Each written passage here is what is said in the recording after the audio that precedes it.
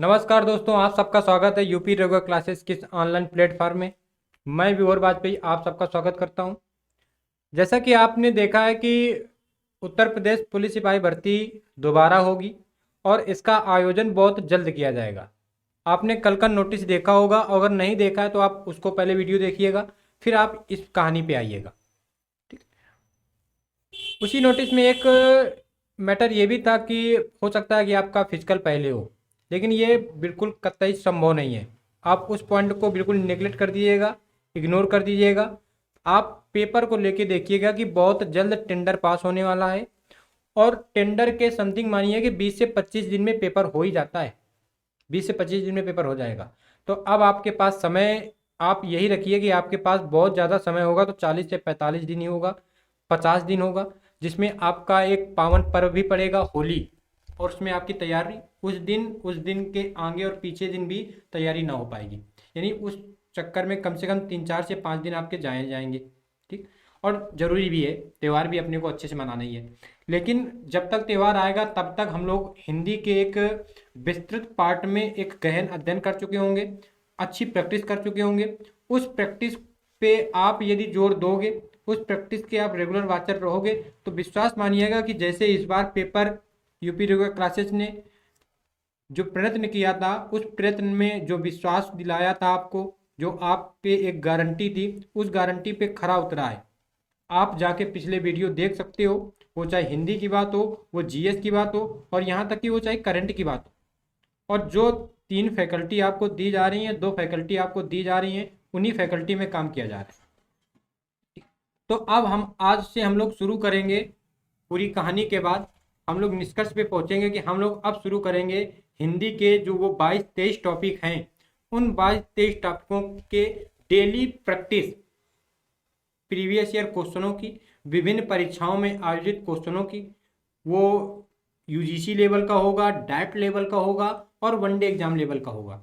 क्योंकि आप ये मानिएगा कि एग्जामिनर अब कहीं ना कहीं पेपर का प्रारूप बदलेगा, पेपर का प्रारूप बदलेगा। तो एग्जामिनर के प्रारूप को हमें मात देना है, और मात हम तभी दे पाएंगे जब हम मॉक करेंगे, प्रैक्टिस करेंगे।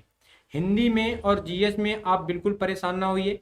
मैथ रीजनिंग में आप बेहतर स्कोर करिए, कहीं से भी पढ़िए, लेकिन हिंदी और जीएस की जिम्मेदारी आप अपने यूपी रेगुलर क्लासेस पे छोड़ दीजिएगा। पेपर बैलेंसिंग रहा तो जैसे इस बार क्वेश्चन टकराए हैं, क्वेश्चन आप टकराने के साथ साथ आप करके आए हैं। दोनों बातें होती हैं कि क्वेश्चन टकराना और क्वेश्चन करना। क्वेश्चन आप करके भी आए हैं, और कम समय में मिनिमम इनपुट मैक्सिमम आउटपुट जो कंडीशन चलती है, कम समय पे आपकी जो तैयारी हम लोगों ने कराई है, वो वही तैयारी का क्रम हम लोग आगे जारी रखेंगे। आराम आराम से हम लोग पेपर करेंगे, प्रैक्टिस करेंगे। उसी में आज ये आपके लिए पहला टॉपिक है हिंदी का, ध्वनि एवं वर्णमाला। आपने अभी तक जितना पढ़ा है, वीडियो को 2 बातों पे करना है। यदि आपने नहीं पढ़ा तो वीडियो को पूरा देखना है, अपने हिसाब से स्पीड को मैनेज कर लेना है। लेकिन यदि आपने पढ़ रखा है तो हम आपसे कह रहे हैं कि वीडियो को म्यूट कर लीजिएगा और स्पीड फुल कर लीजिएगा। केवल आपको क्वेश्चन दिखे और एक्सप्लेन दिखे, बाकी उसमें कुछ ना दिखे। बाकी आप ना सुनिएगा। जिस बात में आपको लगे कि यहाँ के हमें समझ में ना आई, क्योंकि हमने हर क्वेश्चन का विस्तार रूप भी दिया है, तो आप उसको सुन सकते हो। बाकी आप केवल आपके पास क्वेश्चन पूछने चाहिए। जब आपके पास मोबाइल है तो मोबाइल का फायदा उठाइए। जरूरी नहीं कि हर बार आपको हार्ड कॉपी दी जाए। आप किताब लाओ, आप कॉपी लाओ, आप पीडीएफ लाओ, जरूरी नहीं है। आपका मोबाइल है, डेटा आता है, मोबाइल है, मोबाइल पे समय देते हो तो आप उसका प्रयोग करिए। चलते हैं हम लोग क्वेश्चन की तरफ। लेकिन हाँ, यदि आप चैनल पे नए हैं तो वीडियो को लाइक करिएगा, और आप बेल आइकन ऑन नहीं करते हो जिससे हमारा नोटिफिकेशन आप तक पहुंचता नहीं है, तो बेल आइकन को ऑन जरूर करिएगा। बहुत से ऐसे कैंडिडेट हैं जो बाद में पूछते हैं, भैया कमेंट्स पे आता है कि सर जी नोटिफिकेशन नहीं आती, क्या है क्या नहीं है। तो यहाँ से पूरी टीम लगी रहती है, टेक्निकल इशू जो भी आता है उसको किया जाता है। लेकिन आप बेल आइकन ऑन करिएगा तो जैसे ही बेहतर कंटेंट दिया जाएगा आपके मोबाइल पे जरूर आएगा। तो हम लोग शुरू करते हैं, पहले क्वेश्चन की तरफ चलते हैं। आराम से आपको क्वेश्चन करना है, जल्दबाजी नहीं करनी है, और अगर गलत हो जाए तो परेशान भी नहीं होना है, क्योंकि वो क्वेश्चन आगे फिर आपको रिपीट मोड पे मिलेगा। और यही तो आयोग की मंशा होती है कि आयोग जो होता है वो पेपर में 70% क्वेश्चन रिपीट करता है, 30% क्वेश्चन रिलेट कर देता है। 30 साल 40 साल से एग्जाम हो रहे हैं, हम आपको 30 साल, विगत 30 साल 32 साल आपके जो हिंदी के क्वेश्चन है किसी भी एग्जाम में आए हों, किसी भी एग्जाम में, आप देखिएगा कि वही क्वेश्चन कितनी दफा आया है। तो शुरू करते हैं, क्वेश्चन की तरफ चलते हैं। पहला टॉपिक है, कह रहा है कि ध्वनि एवं हिंदी वर्णमाला का वर्णक्रम। इसमें पहला क्वेश्चन है, कह रहा भाषा की सबसे छोटी इकाई क्या है। भाषा की सबसे छोटी इकाई क्या है? तो भाषा की सबसे छोटी इकाई होती है वर्ण। सबसे छोटी इकाई वर्ण होती है। और यहीं पे क्वेश्चन का अगर प्रारूप वो बदलेगा तो फिर बदल देगा कि भाषा की सबसे छोटी सार्थक इकाई क्या है। तो आपको याद रखना है शब्द, जो डी नंबर पे ऑप्शन है। और अभी तक जो आपकी तैयारी रही है वो तैयारी वन लाइनर पे रही है कांस्टेबल के लिए। अब आपको व्याख्यात्मक करनी है, व्याख्यात्मक, क्योंकि अब पेपर का जो प्रारूप होगा वो बदलेगा। और जब पेपर का प्रारूप बदलेगा तो आपको हर क्वेश्चन की व्याख्या जरूर पता होनी चाहिए। उसी क्रम में हम लोग ये व्याख्या की बात करेंगे। इतनी बार ये क्वेश्चन पूछा गया है, इतने एग्जामों में, विभिन्न प्रदेशों के एग्जामों में पूछा गया है। इसकी व्याख्या देखोगे, कह रहा भाषा की सबसे छोटी इकाई को वर्ण कहते हैं। ठीक, वर्ण दो भागों में बांटा जाता है, एक होते हैं स्वर और एक होते हैं व्यंजन। हिंदी वर्णमाला में कुल वर्ण कितने? तो 52 होते हैं, जिनमें स्वरों की संख्या कितनी? तो 11 होती है। व्यंजनों की संख्या कितनी? 41 होती है। और यहीं पे अगर कभी आपसे कह देगा मूल व्यंजन कितने, तो मूल व्यंजनों की संख्या होती है 33। मूल व्यंजन 33 होते हैं। चलो, कह रहा भाषा की सार्थक लघुत्तम इकाई क्या होती है? क्वेश्चन बदल गया। भाषा की लघुत्तम सार्थक इकाई क्या होगी? तो शब्द होगी। क्या होगी? शब्द होगी। ए नंबर। इसकी व्याख्या देखोगे, कह रहे भाषा की सार्थक लघुत्तम इकाई को शब्द को माना जाता है। उच्चारण की दृष्टि से भाषा की लघुत्तम इकाई ध्वनि है। उच्चारण की दृष्टि से सबसे छोटी इकाई कौन है? ध्वनि है। ध्वनियों के मेल से शब्द बनते हैं, लेकिन शब्द बनाने के लिए इन्हें सार्थक या अर्थबोधक की क्षमता से युक्त होना चाहिए। यदि ध्वनि सार्थक हो या जरूरी नहीं है, जैसे आ, का, पा, ता इत्यादि, ये ध्वनियां हैं लेकिन सार्थक नहीं है। किंतु कल, कब, चल आदि ये शब्द हैं क्योंकि ये सार्थक हैं। ठीक, करा अर्थात अर्थ देने वाले शब्दों को, जिनमें अर्थ देने की क्षमता रहेगी, वो शब्द कहलाएंगे। इस वजह से सार्थक इकाई क्या हो जाती है? शब्द हो जाती है। अगला क्वेश्चन, तीसरा नंबर, कह रहा भाषा की मूल इकाई क्या है? तो भाषा की मूल इकाई होती है ध्वनि। किसी ध्वनि से ही कोई वर्ण बनता है, वर्ण के बाद वो शब्द बनता है, शब्द के बाद पद बनता है, पद के बाद पद बनता है, उपवाक, और फिर वो वाक्य बनता है। ठीक, तो इसकी क्या हो जाएगी? भाषा की मूल इकाई क्या है? तो ध्वनि है। व्याख्या देखें, कह रहा भाषा की सबसे छोटी या मूल इकाई ध्वनि है। भाषा की सार्थक इकाई वाक्य है। यहाँ पे किसकी? भाषा की सार्थक इकाई वाक्य हो गया। वाक्य से छोटी इकाई उपवाक्य है। उपवाक्य से छोटी इकाई पदबंध है। पदबंध से छोटी इकाई पद है। और पद से छोटी इकाई अक्षर है। अक्षर से छोटी इकाई ध्वनि है। अक्षर से छोटी इकाई ध्वनि है, और पद को ही शब्द कहा जाता है। जैसे उदाहरण देखेंगे, राम शब्द में 2 अक्षर हैं, एक रा और मा, एवं 4 वर्ण हैं, रा, आ, मा, आ। कभी कभी आपसे ऐसे भी क्वेश्चन उसने पूछे हैं कि राम का वार्णिक विच्छेद करो, राम का वार्णिक विच्छेद करो, तब आपको ये रा, आ, मा, आ ये करने होते हैं। ठीक, आगे बात करते हैं हम लोग, अगले क्वेश्चन पे चलते हैं। चौथे नंबर पे कह रहा वर्णों के भेद कितने हैं? तो वर्ण कितने प्रकार के? 2 प्रकार के। कौन कौन से? स्वर और व्यंजन। व्याख्या देख सकते हो, वर्णों के भेद 2 हैं, एक होता है स्वर और एक होता है व्यंजन। आगे बात करें, हिंदी भाषा की कुल वर्ण लिपियां कितनी है? तो हिंदी भाषा में 52 लिपियां हैं। कितनी वर्ण लिपियां हैं? 52 वर्ण लिपियां हैं। उन 52 का देखो यहाँ पे विस्तार है। कह रहा हिंदी भाषा की कुल कितनी लिपियां? तो 52 है। स्वर कितने हैं? तो स्वर हैं 11 हैं। व्यंजन कितने हैं? तो व्यंजनों की संख्या कितनी हो जाएगी? 41 हो जाएगी। कितनी? 41 हो जाएगी। और 41 और 51 में जब जुड़ जाएंगे तो कितने बन जाएंगे? 52 बन जाएंगे। अब यहाँ पे आपको देखना है संयुक्त वर्ण कितने हैं, संयुक्त व्यंजन तो 4 होते हैं। कितने? छा, त्रा, ज्ञा, स्रा। अयोग वा कौन कौन से हैं? तो अंक और आ है। द्विगुण व्यंजन कौन कौन से? तो दा और डा है। कुल वर्णों की संख्या कितनी हो गई? 52। ऊष्म व्यंजन देखो कितने हैं? तो ऊष्म व्यंजन 4 होते हैं, सा, तीनों सा और हा, तीनों सा और हा। अंतस्थ व्यंजन कौन होते हैं? तो या, रा, ला, वा, ये अंतस्थ व्यंजन होते हैं। हिंदी वर्णमाला में वर्ग कितने होते हैं? तो 5 वर्ग होते हैं, का वर्ग, चा वर्ग, टा वर्ग, ता वर्ग, पा वर्ग। ठीक, वैसे भी हम व्याख्या केवल क्वेश्चन का पीडीएफ बना के भी व्याख्या कर सकते थे, लेकिन वो आप व्याख्या नोट नहीं करते हो, वो व्याख्या आप नोट नहीं करते हो क्योंकि वो मौखिक होती है। ऐसे व्याख्या जब आपको स्क्रीन पे दिख रही है तो निश्चित ही आपको एक तो विश्वास रहेगा, और दूसरी बात, ना आप नोट करोगे तो आप इसका स्क्रीनशॉट जरूर ले लोगे।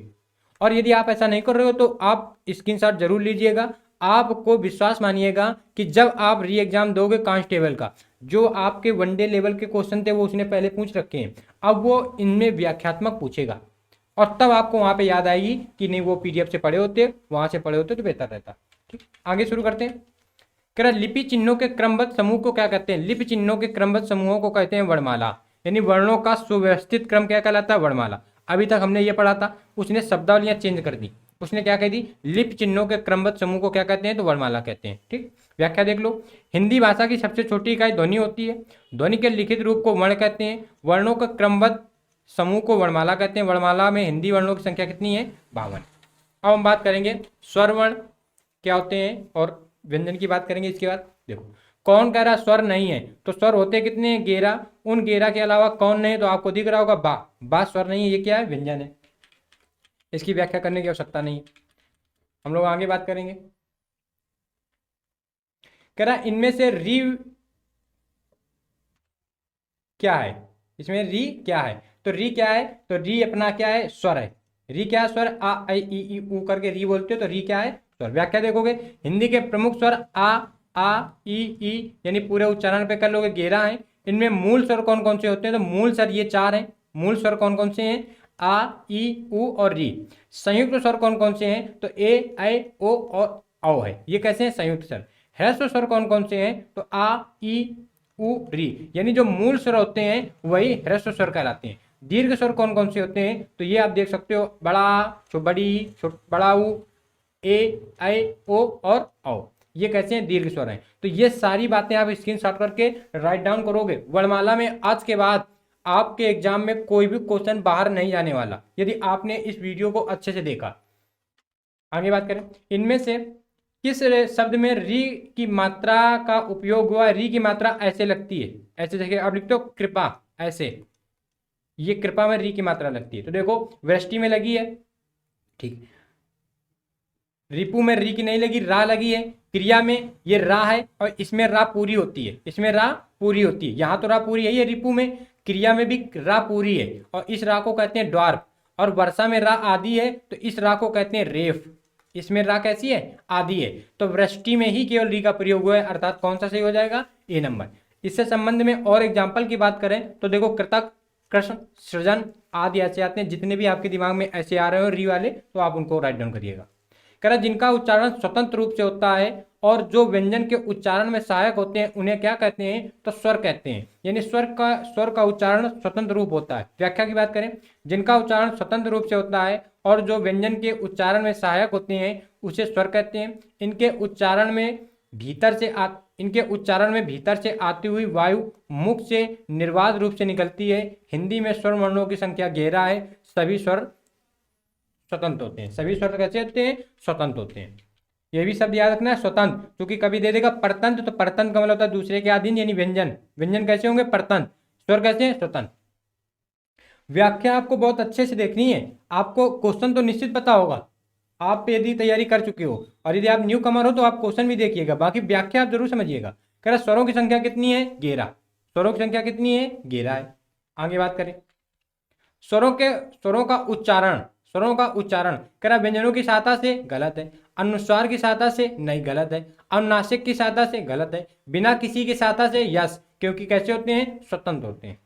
कैसे होते हैं? ये स्वतंत्र होते हैं। और जब स्वतंत्र होते हैं तभी तो इनका उच्चारण बिना किसी की सहायता से होगा। यहाँ पे बात करें, स्वरों का उच्चारण बिना किसी की सहायता से होता है। ये सभी स्वर स्वतंत्र होते हैं। व्यंजन वर्णों का उच्चारण स्वरों की सहायता से होता है। प्रत्येक व्यंजन के उच्चारण में आ की ध्वनि छिपी रहती है और व्यंजन कैसे हो जाएंगे? परतंत्र। व्यंजन कैसे हो जाएंगे? परतंत्र हो जाएंगे। नेक्स्ट कह रहा है, स्वर किसका भेद है? तो स्वर भेद है वर्ण का। स्वर किसका भेद है? वर्ण का। वर्ण के कितने भेद? 2, स्वर और व्यंजन। ठीक। व्याख्या की बात करें, हिंदी वर्णमाला में वर्ण 2 प्रकार के होते हैं, एक स्वर और एक व्यंजन। स्वर क्या होते हैं? स्वर उन वर्णों को कहते हैं जिनका उच्चारण बिना अवरोध अथवा बाधा के होता है। ये सभी स्वतंत्र होते हैं। व्यंजन स्वरों की सहायता से बोले जाने वाले वर्ण व्यंजन कहलाते हैं। और प्रत्येक व्यंजन के उच्चारण में किस स्वर की प्रधानता होती है? तो छोटा आ की। इसकी होती है छोटा आ की, ये छिपा होता है, दिखता नहीं है। 14 नंबर क्वेश्चन में हम लोग बात करेंगे। कह रहा मात्रा के आधार पर स्वर कितने प्रकार के? तो मात्रा के आधार पर स्वर कितने प्रकार के? 3 प्रकार के। कौन कौन से? तो देखोगे आप व्याख्या, एक होता है ह्रस्व स्वर, जिन स्वरों के उच्चारण में एक मात्रा का समय लगता है उन्हें ह्रस्व स्वर कहते हैं। इन्हें एक मात्रिक भी कहा जाता है, एक मात्रिक, एक मात्रिक भी कहा जाता है, और इन्हें मूल स्वर भी कहा जाता है। कौन कौन से हैं? आ, ई, उ और री। दीर्घ स्वर की बात करें तो जिन स्वरों के उच्चारण में दो मात्रा का समय लगता है अर्थात इन्हें द्विमात्रिक भी कहा जाता है, द्विमात्रिक। ठीक, वे दीर्घ स्वर होते हैं, इन्हें द्विमात्रिक स्वर भी कहा जाता है। ये भी है। कौन कौन से हैं? तो आ, बड़ा, बड़ी, बड़ाऊ, ए, ओ और औ, ये कैसे हैं? दीर्घ मात्रिक हैं। फिर एक आता है विलुप्त स्वर। विलुप्त स्वर कौन कौन से होते हैं? जिन स्वरों के उच्चारण में तीन मात्रा का समय लगता है अर्थात इन्हें त्रिमात्रिक भी कहा जाता है, त्रिमात्रिक, उन्हें विलुप्त स्वर कहते हैं। अब इनके बीच में जब आप छंद करते हो, छंद और छंद में आप ये दीर्घ मात्रा का ऐसे लगाते हो साइन, जैसे आप ओम लिखते हो या किसी का नाम लेना है तो आप पहले वाले शब्द को घसीट देते हो। जैसे आप राम बुलाओगे तो राम, फिर आप माँ बुलाओगे, तो वो बीच में जो घसीट रहे हो वो विलुप्त स्वर होता है। ठीक, और इसकी अगर व्याख्या की बात करें, संस्कृत व्याकरण में लुप्त स्वरों का संकल्पना प्राप्त होती है, हिंदी में इसका प्रयोग नहीं किया जाता है। छंद संस्कृत में ही पढ़े जाते हैं, तभी वहाँ इसकी प्रधानता होती है, हिंदी में इसकी प्रधानता नहीं होती है। आगे बात करें हम लोग, ह्रस्व स्वर, ह्रस्व, दीर्घ और प्लुप्त, ये किसके प्रकार हैं? तो ये किसके हैं? स्वर के प्रकार हैं, यानी सी नंबर सही हो गया। और वही इसकी नीचे व्याख्या है, इस व्याख्या को पढ़ने की आवश्यकता नहीं।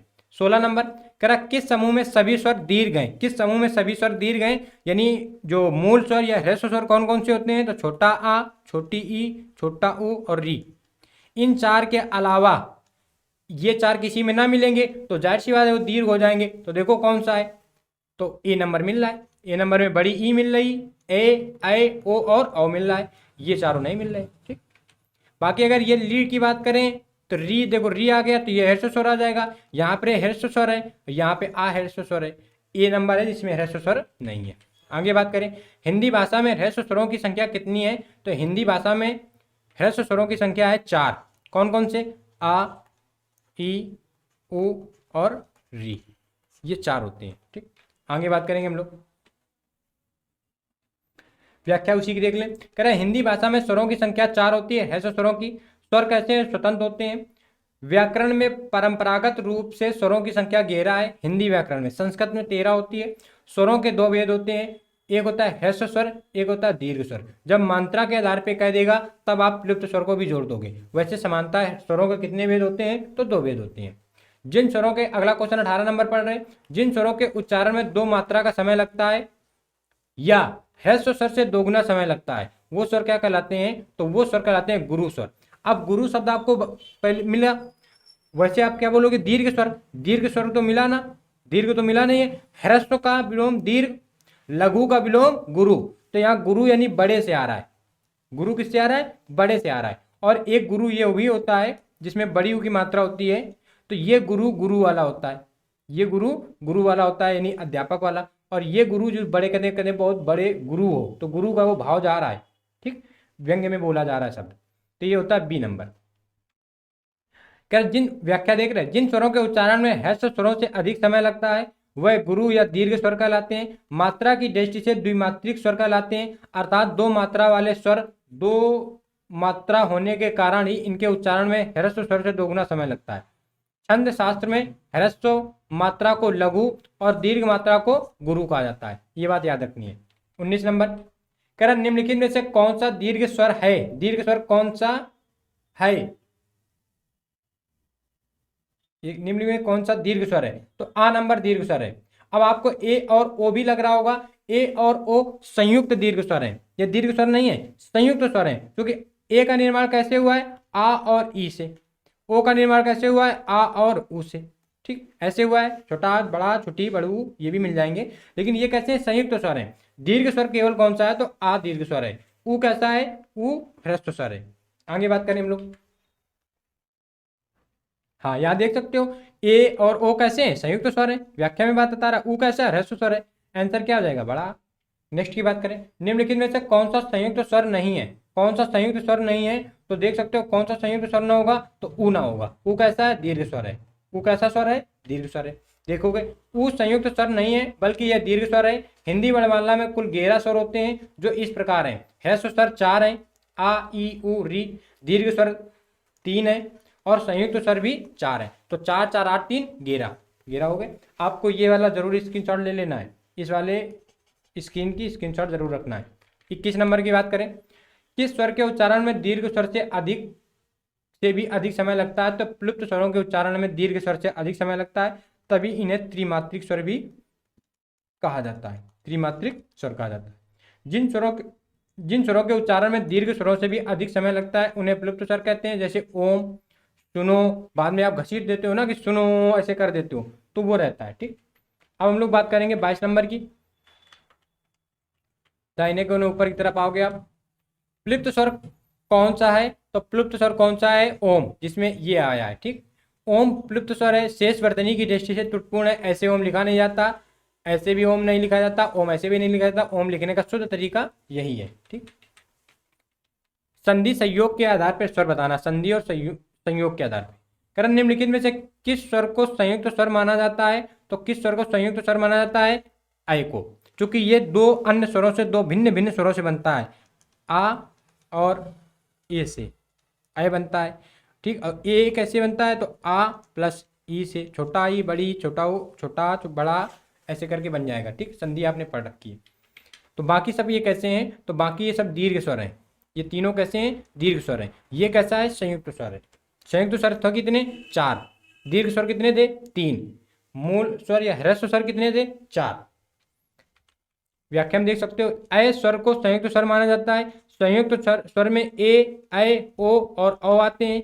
इनके संयुक्त होने का विवरण इस प्रकार है। देखो, आ प्लस ई से ए बना है, आ प्लस ए से ए बना है, आ प्लस उ से ओ बना है, आ प्लस ओ से औ बना है। आ, ई, उ, री मूल स्वर माने जाते हैं। मूल स्वर या ह्रस्व स्वर कह दोगे। 24 नंबर पढ़ रहे, कह रहा निम्नलिखित में से कौन सा मूल दीर्घ स्वर नहीं है? कौन सा मूल दीर्घ स्वर नहीं है? तो देखोगे कौन सा नहीं है? तो डी नंबर, मूल दीर्घ स्वर नहीं है। ये कैसा है? संयुक्त दीर्घ स्वर है। कैसा? संयुक्त दीर्घ स्वर है। और ऊपर इसकी हमने व्याख्या भी कर रखी है। ठीक, अब ये व्याख्या पढ़ सकते हो, इसका आप स्क्रीनशॉट ले सकते हो। ठीक, ले लिया स्क्रीनशॉट, आगे चले। कह रहा मुख विवर, जैसे कहता है समृत, अर्धसमृत, विव्रत, अर्धविव्रत, ऐसे कहता है। तो मुख विवरण यानी मुख खुलने के आधार पर स्वरों का वर्गीकरण बताना है। इनमें से समृत स्वर कौन सा है? तो समृत स्वर होता है ई। समृत स्वर कौन सा है? ई है। ठीक, देखोगे व्याख्या, समृत स्वर या ऊंचा स्वर, ऐसी, अब यहाँ पे याद रखोगे, समृत स्वर को ही ऊंचा स्वर कहा जाता है। ऐसी स्वर ध्वनि होती है जिनमें बिना व्यंजन की ध्वनि बनाए जिह्वा को मुंह में जितना संभव हो सके उतना ऊंचा और तालु से समीप रखा जाता है। उदाहरण ई होता है। ठीक, व्याख्या आपको समझ में आई हो या ना आई हो, लेकिन आपको इतना याद रखना है, समृत स्वर को ही ऊंचा स्वर कहा जाता है। जिह्वा को जितना ज्यादा ऊंचा उठा के तालु पे टकराओ। ठीक, जैसे बोलते हैं ई, तो ई में जीभ उठती है आपकी। आगे बात करें, विव्रत क्या होता है? कह रहा विव्रत स्वर या निम्न स्वर। विव्रत स्वर को क्या कहते हो? निम्न स्वर भी कह देते हैं। ऐसी ध्वनि होती है जिनमें जीवा को मुंह में जितना संभव हो सके उतना नीचे और तालु से दूर रखा जाए। जैसे आ, तो जब आ बोलते हो तो मुंह खोलते हो और जीभ नीचे की तरफ आती है, तो विव्रत स्वर में क्या होना जाएगा? आ विव्रत स्वर में आ जाता है। आगे बात करें, हिंदी स्वरों का वर्गीकरण जब जीभ के भाग के आधार पर किया जाता है तो निम्नलिखित में से कौन सा भेद इसके अंतर्गत नहीं आता है? तो विव्रत स्वर नहीं आता है। विव्रत स्वर नहीं आता है। और हिंदी के स्वरों का वर्गीकरण जब जीभ प्रयोग के आधार पर किया जाता है तो री को स्वर नहीं माना जाता है। री को स्वर नहीं माना जाता है। इसको राइट डाउन अलग से करना है। और ये बात किसने बताई थी? तो अच्छे व्याकरण करता हुए नाम था भोलानाथ त्रिपाठी ने। जीभ प्रयोग के आधार पर स्वरों का वर्गीकरण किसने किया है? तो भोलानाथ त्रिपाठी ने किया है। किसको स्वर नहीं माना है? तो री को स्वर नहीं माना है। अर्थात अब क्वेश्चन बताना है, जीभ प्रयोग के आधार पर स्वर कितने प्रकार के हो गए? जीभ प्रयोग के आधार पे स्वर कितने प्रकार हो गए? यस, 10। बहुत बढ़िया जवाब, सही जवाब आपके जहन में आ रहा है। नीचे व्याख्या इसकी देखेंगे। कह रहा विव्रत स्वर जीभ के भाग के आधार पर हिंदी स्वरों के अंतर्गत नहीं आते। जिह्वा के उत्तापित होने या उसकी क्रियाशीलता के आधार पर स्वर 3 प्रकार के होते हैं, अग्र स्वर, मध्य स्वर और पश्च स्वर। अब मुख के खुलने के आधार पर होते हैं 4 प्रकार के, तब आते हैं विव्रत, अर्धविव्रत, अर्धसमृत और समृत। अब यहां पे देखेंगे हम लोग, कह रहा अर्धविव्रत स्वर है। अर्धविव्रत स्वर होता है ए। अर्धविभ्रत स्वर होता है ए। अब आपको यहाँ पे थोड़ा सा स्क्रीनशॉट लेके विभ्रत, अर्धविभ्रत, समृत और अर्धसमृत की बात समझ लेनी है। देखो विभ्रत स्वर, विभ्रत जिन स्वरों के उच्चारण में मुख द्वार पूरा खुलता है जैसे आ, ठीक। अर्धविभ्रत स्वर जिन स्वरों के उच्चारण में मुख द्वार आधा खुलता है जैसे छोटा आ, ऐ, आगत वाला आ और औ, ये हो गए। अर्धसमृत जिन स्वरों के उच्चारण में मुख द्वार आधा बंद रहता है जैसे ए और ओ। समृत जिन स्वरों के उच्चारण में मुख द्वार लगभग बंद रहता है जैसे ई, उ। आप उच्चारण करके देखोगे तो आपके मुंह का आकार लगभग सेम रहता है। तो आपको स्क्रीनशॉट लेके इसको 2-3 बार लिख देना है, क्योंकि समृत और विभ्रत से क्वेश्चन निश्चित बनाता है, फिर वहां पे कंफ्यूजन होती है। आगे बात करें हम लोग उच्चारण स्थान के आधार पर स्वरों का वर्गीकरण। तो देखो कि निम्नलिखित में से कौन से मूर्धन व्यंजन हैं, तो मूर्धन व्यंजन बताने हैं, मूर्धन व्यंजन बताने हैं, ठीक। चलो यहाँ पे स्वर की बात थी लेकिन व्यंजन आ गया, एक व्यंजन का क्वेश्चन कर देंगे। तो मूर्धन व्यंजन वो व्यंजन होते हैं जो टा वर्ग में आते हैं। टा वर्ग के कैसे होते हैं, मूर्धन होते हैं। तो टा वर्ग में कौन आ रहा है, डा और ढा, ये कैसे हैं, मूर्धन है। अब नीचे स्वर का क्वेश्चन है, देखोगे निम्न में से का वर्ग का उच्चारण स्थान क्या है, तो का वर्ग का उच्चारण स्थान है कंठ। का कहां से उच्चारित होता है, कंठ से उच्चारित होता है। आगे बात करें, नेक्स्ट क्वेश्चन है, यहाँ पे वर्ग देख लोगे। कंठ से किनका उच्चारण होता है, तो का वर्ग का, तालु से चा वर्ग का, मूर्धन से टा वर्ग का, दंत से ता वर्ग का, ओष्ठ से पा वर्ग का, अंतस्थ से या रा ला वा, ऊष्म में सा यानी तीनों सा और हा, ये याद रखने हैं। और यही ऊष्म, अंतस्थ, ओष्ठ, दंत, मूर्धा, तालु, कंठ, ये सारे व्यंजन मिलके हो जाते हैं 33। तो कहेगा आपसे मूल व्यंजन कितने होते हैं, तो मूल व्यंजनों की संख्या 33। इसमें कौन शामिल होता है, तो का से पा वर्ग के 25 और अंतस्थ और ऊष्म 4 यानी 8 और 25 कितने हो गए, 33। याद रखोगे, ठीक। कह रहा यारा लावा किस वर्ग के व्यंजन है, तो यारा लावा किस वर्ग के, अंतस्थ वर्ग के हैं, ठीक। दंत वर्ग के कौन है, तो ता वर्ग के पूरे हैं। ऊष्म में वो कौन आते हैं, तीनों सा और हा आते हैं। तालब में कौन आते हैं, चा वर्ग का आता है। आगे बात करें, आपको प्रत्येक ऑप्शन का भी व्याख्या करनी है, समय अपने पास है, पर्याप्त है। यदि अब भी आप वन लाइनर पे पढ़ोगे, केवल क्वेश्चन करते जाओगे, उसकी व्याख्या ना करोगे तो परेशान हो जाओगे, फिर आप परेशान हो जाओगे। आपको कॉन्सेप्ट, उसका सार, उसका तत्व जरूर समझना है। कह रहा किस समूह के वर्गों का उच्चारण स्थान मूर्धा है। अब दिमाग में मूर्धा यानी टा वर्ग। अब टा वर्ग में कौन कौन से देख सकते हो आप, टा वर्ग में टा ठा, ये तो दोनों हो गए।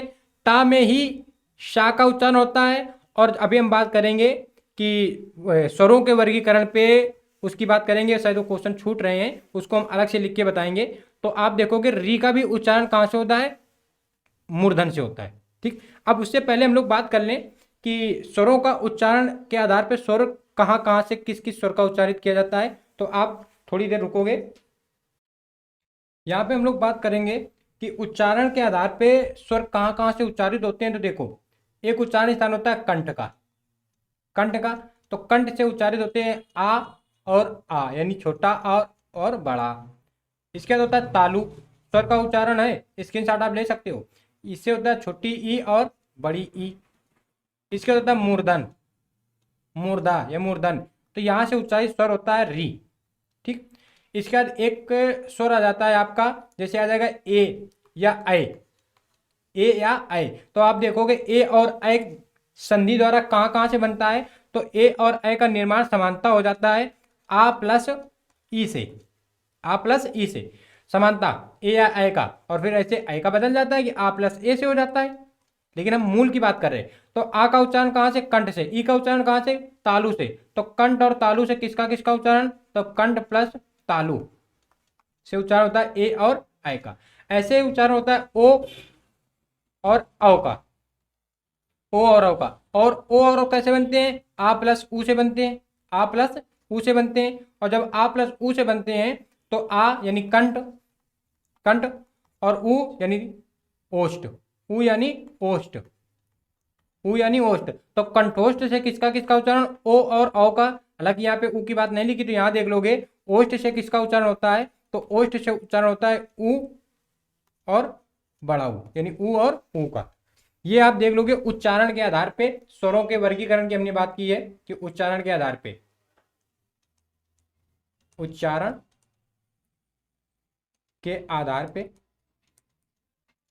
किसका वर्गीकरण है, तो ये है स्वरों का वर्गीकरण है, स्वरों का वर्गीकरण। ठीक, तो ये आप स्क्रीनशॉट ले लोगे। हम लोग वापस चलते हैं, वहीं पे क्वेश्चनों में चलते हैं। वापस आप देखोगे जैसा कि हमने कहा कि शा का उच्चारण और री का उच्चारण, टा ठा का उच्चारण मूर्धन से होता है। ऐसे आपको चा और छा तो पता है तालु से। ठीक, यहाँ पे ये हा थोड़ा सा गलत कह रहा है। हा का उच्चारण कंठ से होता है। हा का उच्चारण कहाँ से होता है, कंठ से होता है, और घा वाले स्थान से, जहाँ पे घा होता है उसी के साथ में हा रखा जाता है। ठीक, तो अब आप देखोगे शा यानी इस शा का उच्चारण कहाँ से होगा, तालु से। इस शा का उच्चारण कहाँ से होगा, दंत से। तो तीनों शा का उच्चारण स्थान आपने देख लिया है कहाँ कहाँ से होता है, तीनों शा का बहुत महत्वपूर्ण बनता है। आगे बात करें, विसर्ग का उच्चारण स्थान कहाँ होता है, तो विसर्ग का उच्चारण स्थान होता है कंठ से, क्योंकि किसी न किसी स्वर के बाद ही आता है विसर्ग। दिमाग में एक ये रखना है कि विसर्ग किसी न किसी स्वर के बाद आता है। ठीक, और ज्यादातर विसर्ग का समानता उच्चारण कहाँ से होता है, तो कंठ से होता है। ठीक? आगे बात करें, निम्नलिखित में से कौन सा वर्ण तालब नहीं है, यानी चा वर्ग प्लस सा, चा वर्ग प्लस सा तालब न होंगे, होंगे, तालब होंगे। का कैसा है, का कंठ वर्ग का है, का वर्ग कंठ से उच्चारित होता है। चा छा जा ये सब तालब के हैं, और इनके साथ सा भी आ जाता है, तो ये तालब ध्वनियां है। तो कौन सा आंसर हो जाएगा, सी नंबर हो जाएगा। ठीक, आगे बात करें हम लोग, इसकी व्याख्या देखोगे आप थोड़ी सी। दिए गए वर्णों में से का वर्ण कंठ है, जबकि चा छा जा वर्ण तालु है। तालु और जीभ के स्पर्श से बोले जाने वाले वर्ण तालब वर्ण कहलाते हैं। ई और बड़ी ई, चा वर्ग, या और शा, या भी आता है और शा भी किसके हैं, तालु के हैं। बात करें कंठोस्त दीर्घ स्वर वर्ण का उदाहरण कौन सा, कंठोस्त, कंठ प्लस ओष्ठ, कंठ प्लस ओष्ठ, तो कौन हो जाएगा, औ। ओ और औ कंठोस्त होते हैं, ओ और औ कंठोस्त होते हैं, तो औ हो जाएगा। देखोगे हमने आपको बता भी दिया है, अब उसको क्वेश्चन वो लाया, थोड़ा सा क्वेश्चन अरेंजिंग पीडीएफ की इधर उधर हो गई है। देखोगे कंठ ध्वनिया कौन कौन सी है, तो आ, बड़ा आ और कावर, तालु ई और चा वर्ग सा और ये सा। ठीक, इसके साथ हा भी रख लोगे का वर्ग के साथ। मूर्धन ध्वनि टा वर्ग और शा, और इसके साथ री रख दोगे। तंत दंत में होती ता वर्ग रा ला सा। ठीक, दंत से किसी भी स्वर का उच्चारण नहीं होता है। क्वेश्चन पूछ दे कि किस स्थान से कभी स्वर का उच्चारण नहीं होता, तो दंत से किसी स्वर का नहीं होता है। कंठ प्लस तालु, तो कंठ प्लस तालब का हो जाएगा ए और ए। कंठोष्ठ ध्वनिया ओ और औ, ओष्ठ ध्वनिया पा वर्ग, इसके बाद ऊ और बड़ा ऊ, ये होती है ओष्ठ ध्वनिया। आगे बात करें, कंठ तालब दीर्घ स्वर वर्ण का उदाहरण कौन सा है, कंठ तालब दीर्घ स्वर का उदाहरण कौन सा है, तो ए नंबर। कंठ और तालब यानी कंठ आ बड़ा, तालब यानी ई और ई, इनसे मिलके कौन बना है, तो ए बना है। ये कंठ तालब दीर्घ स्वर हो जाएंगे। ठीक, उसी की व्याख्या उसने यहाँ पे बताई है, आप पूछ करके इसको देख सकते हो।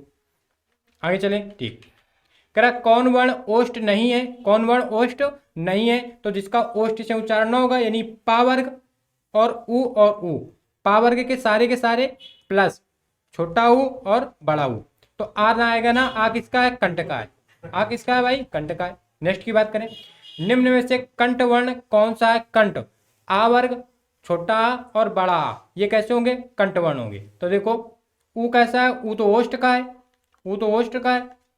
हाँ हाँ, आपका आंसर आ चुका है, लेकिन बाकी की व्याख्या भी करनी है ना। ई किसका है, तो ई तालब का है, और बड़ा ई भी किसका है, तो ये भी तालब का है। आ कैसा है, ये कंठ का है। आ कैसा है, कंठ का है। तो इसका आंसर सही क्या हो जाएगा, बी नंबर। नेक्स्ट की बात करें, छोटी बड़ी चा छा जा झा इया आदि का उच्चारण कहाँ से होता है, तो बहुत जल्दी आपके जहन में आंसर आया होगा, शी यानी तालब से होता है। बाकी का आप यहाँ पे भी देख सकते हो। बार बार जितनी बार चीजें आप देखोगे, जितनी बार चीजें आप प्रैक्टिस पे रखोगे, उनको अपने नजरों से गुजार दोगे, विश्वास मानिएगा कि आप उतना ही बेहतर स्कोर कर पाओगे एग्जाम में। क्योंकि इतना सिलेबस होता है, इसको याद करना बहुत मुश्किल होता है, याद नहीं किया जा सकता है। आपके नज़र से कितनी बार गुजर रहा है, और जब आपके एग्जाम में क्वेश्चन आता है, तो जब से आपकी याददाश्त शुरू हुई है, तब से आपको सारी चीज़ें उस संदर्भ में याद आने लगती हैं, उस विषय में। कॉन्शियस माइंड, जो सब कॉन्शियस माइंड होता है, कितनी जल्दी कॉन्शियस मूड पे आ रहा है, वो वहाँ पे आईक्यू बेस्ड मामला बनाता है फिर। आगे क्वेश्चन बात करें हम लोग। हाँ, कह रहा जीवा के आधार पे स्वर कितने प्रकार के, तो जीवा के आधार पे स्वर होते हैं 3 प्रकार के। और किसको स्वर नहीं माना गया, तो री को स्वर नहीं माना गया। हम लोग देखेंगे भी कि इसमें री का कहीं उच्चारण आएगा ना। देखो अग्र स्वर में कौन कौन आएंगे, तो ई और ई से बनने वाले ए और ऐ। मध्य स्वर में कौन, केवल आ। मध्य स्वर में केवल कौन आएगा, आ आएगा। पश्च स्वर में बाकी के सारे आ, उ, बड़ा उ, ओ और औ, ये आ जाएंगे पश्च स्वर में। यानी कहीं पर री का उल्लेख तो नहीं आया, अर्थात जीवा प्रयोग के आधार पर री का उच्चारण नहीं होता है। आगे देखिए, व्याख्या आप जरूर देखिएगा। समय आपका अगर हम ले रहे हैं तो आपको कंटेंट भी दे रहे हैं, ये मानिएगा। निम्न में ओष्ठ वर्ण कौन सा है, तो ओष्ठ वर्ण कौन सा होगा, उ होगा। आ कैसा है, तो कंठ वर्ण है। आ कैसा है, कंठ का है। छोटा आ भी कैसा है, कंठ का है। ई कैसा है, तालु का है। ई कैसा है, तालु का है। देखो वहां पे कंठ कैसा है, कंठ में आ और आ है, तालु में छोटी बड़ी है, मूर्धन में री है, ओष्ठ में उ और उ है, कंठ तालु में ए और ए है, कंठोष्ठ में ओ और औ है। आगे बात करें, कंठ तालब कौन सा है, कंठ और तालब ए और ऐ। ए और ऐ कैसे हैं, कंठ और तालब से हैं। उ और उ कैसे हैं, केवल केवल ओष्ठ से हैं, ओष्ठ से हैं। रा और सा कैसे हैं, मूर्धन से हैं, मूर्धा से हैं। आ और आ कैसे हैं, ये कंठ से हैं। आपको आंसर तो एक बता देना है, लेकिन बाकी तीनों ऑप्शन जो हैं उनका भी उल्लेख करना ही है। यही तो व्याख्या होती है। अगर एक एक हम कराएं तो अभी ये जितने क्वेश्चन हैं 10 मिनट 15 मिनट में खत्म हो जाएंगे। मतलब क्या बनेगा, आपको व्याख्या भी करनी है भाई। आगे बात करें, किस वर्ण का उच्चारण स्थान कंठ और तालु, कंठ बोले तो आ वाला, तालु बोले तो ई वाला। कंठ बोले तो आ, तालु बोले तो ई, इन दोनों से कौन बनेगा, ए और ऐ। ए और ऐ में कौन मिल गया, ऐ। तो ये कैसे हैं, कंठ और तालु से। छा का उच्चारण केवल केवल कंठ तालु से, छा का उच्चारण केवल केवल तालु से। हा का उच्चारण कंठ से। ओ का उच्चारण, ओ का उच्चारण कंठ ओष्ठ से, कंठोष्ठ से या कंठोष्ठ से। ठीक, ये हो गया। आगे बात करें हम लोग, ओ और औ किस प्रकार के वर्ण हैं, ओ और औ का निर्माण होता है आ प्लस उ से, आ प्लस उ से। तो कंठ और ओष्ठ यानी डी नंबर के हैं। किसके हैं, डी नंबर के। आगे बात करें, अनुनासिकता के आधार पे अनुनासिक, निर्नुनासिक, अनुस्वार आपने पढ़े होंगे, उनमें बात कर रहे हैं। कह रहा जब स्वरों के उच्चारण में ध्वनि मुख के साथ साथ नासिक द्वार से भी निकलती है, उस अनुनासिकता को प्रकट करने के लिए निम्नलिखित में से किसका प्रयोग किया जाता है, तो चंद्र बिंदु का प्रयोग किया जाता है। क्वेश्चन आपको लग रहा होगा बहुत बड़ा है, कुछ नहीं है। यहाँ पे वो अनुनासिकता की बात कर रहा है, अनुनासिक की। अनुस्वार में केवल अंक की बिंदी की प्रयोग करता है, अंक की बिंदी। नुक्ता क्या होता है, किसी वर्ण के नीचे लगता है, जैसे 5 आगत ध्वनियों में नुक्ता लगता है, का खा जा फा, का खा गा जा और फा, इनमें नुक्ता लगता है। शिव प्रसाद सितारे हिंद ने यह बात बता दी, जैसे का है, का के नीचे लग गया। और अर्थ कैसे निकलता है, वैसे समानता का कौन होता है, के, और जब नुक्ता लग जाता है तो हो जाता है क्यू। जैसे होता है कबूल, तो कबूल को आप क्यू से लिखते हो, क्यून, क्यून क्यू से लिखते हो, यानी उसके नीचे नुक्ता लगा है। ठीक, आगे बात करें, अनुनासिक स्वरों का उच्चारण स्थल कौन सा होता है, तो अनुनासिक का होता है नाक और मुंह। अनुनासिक नाक और मुंह, अनुस्वार केवल केवल नाक, निर्नुनासिक, निर्नुनासिक केवल मुंह, निर्नुनासिक केवल मुंह। आगे बात करें, और अनुनासिक में कौन आ जाएगा, तो अनुनासिक में चांद बिंदु आती है, चांद बिंदु। निम्नलिखित में से कौन से शब्द में अनुनासिकता है, अनुनासिकता किसमें है, तो देखना है संभावित, संभावना, संभव, संभालना। संभालना में क्या है, अनुनासिक है। इसमें चंद्र की बिंदु के रूप में दर्शाई जाती है, चंद्र बिंदु प्रायः तद्भव रूपों में प्रयुक्त होती है। ठीक, आगे बात करें, जिन स्वरों के उच्चारण में हवा नाक से भी निकलती है, नाक से भी निकल रही है ना, यानी मुख से तो निकली है, नाक से भी निकल रही है, अनुनासिक। निर्नुनासिक केवल मुख से, केवल मुख से।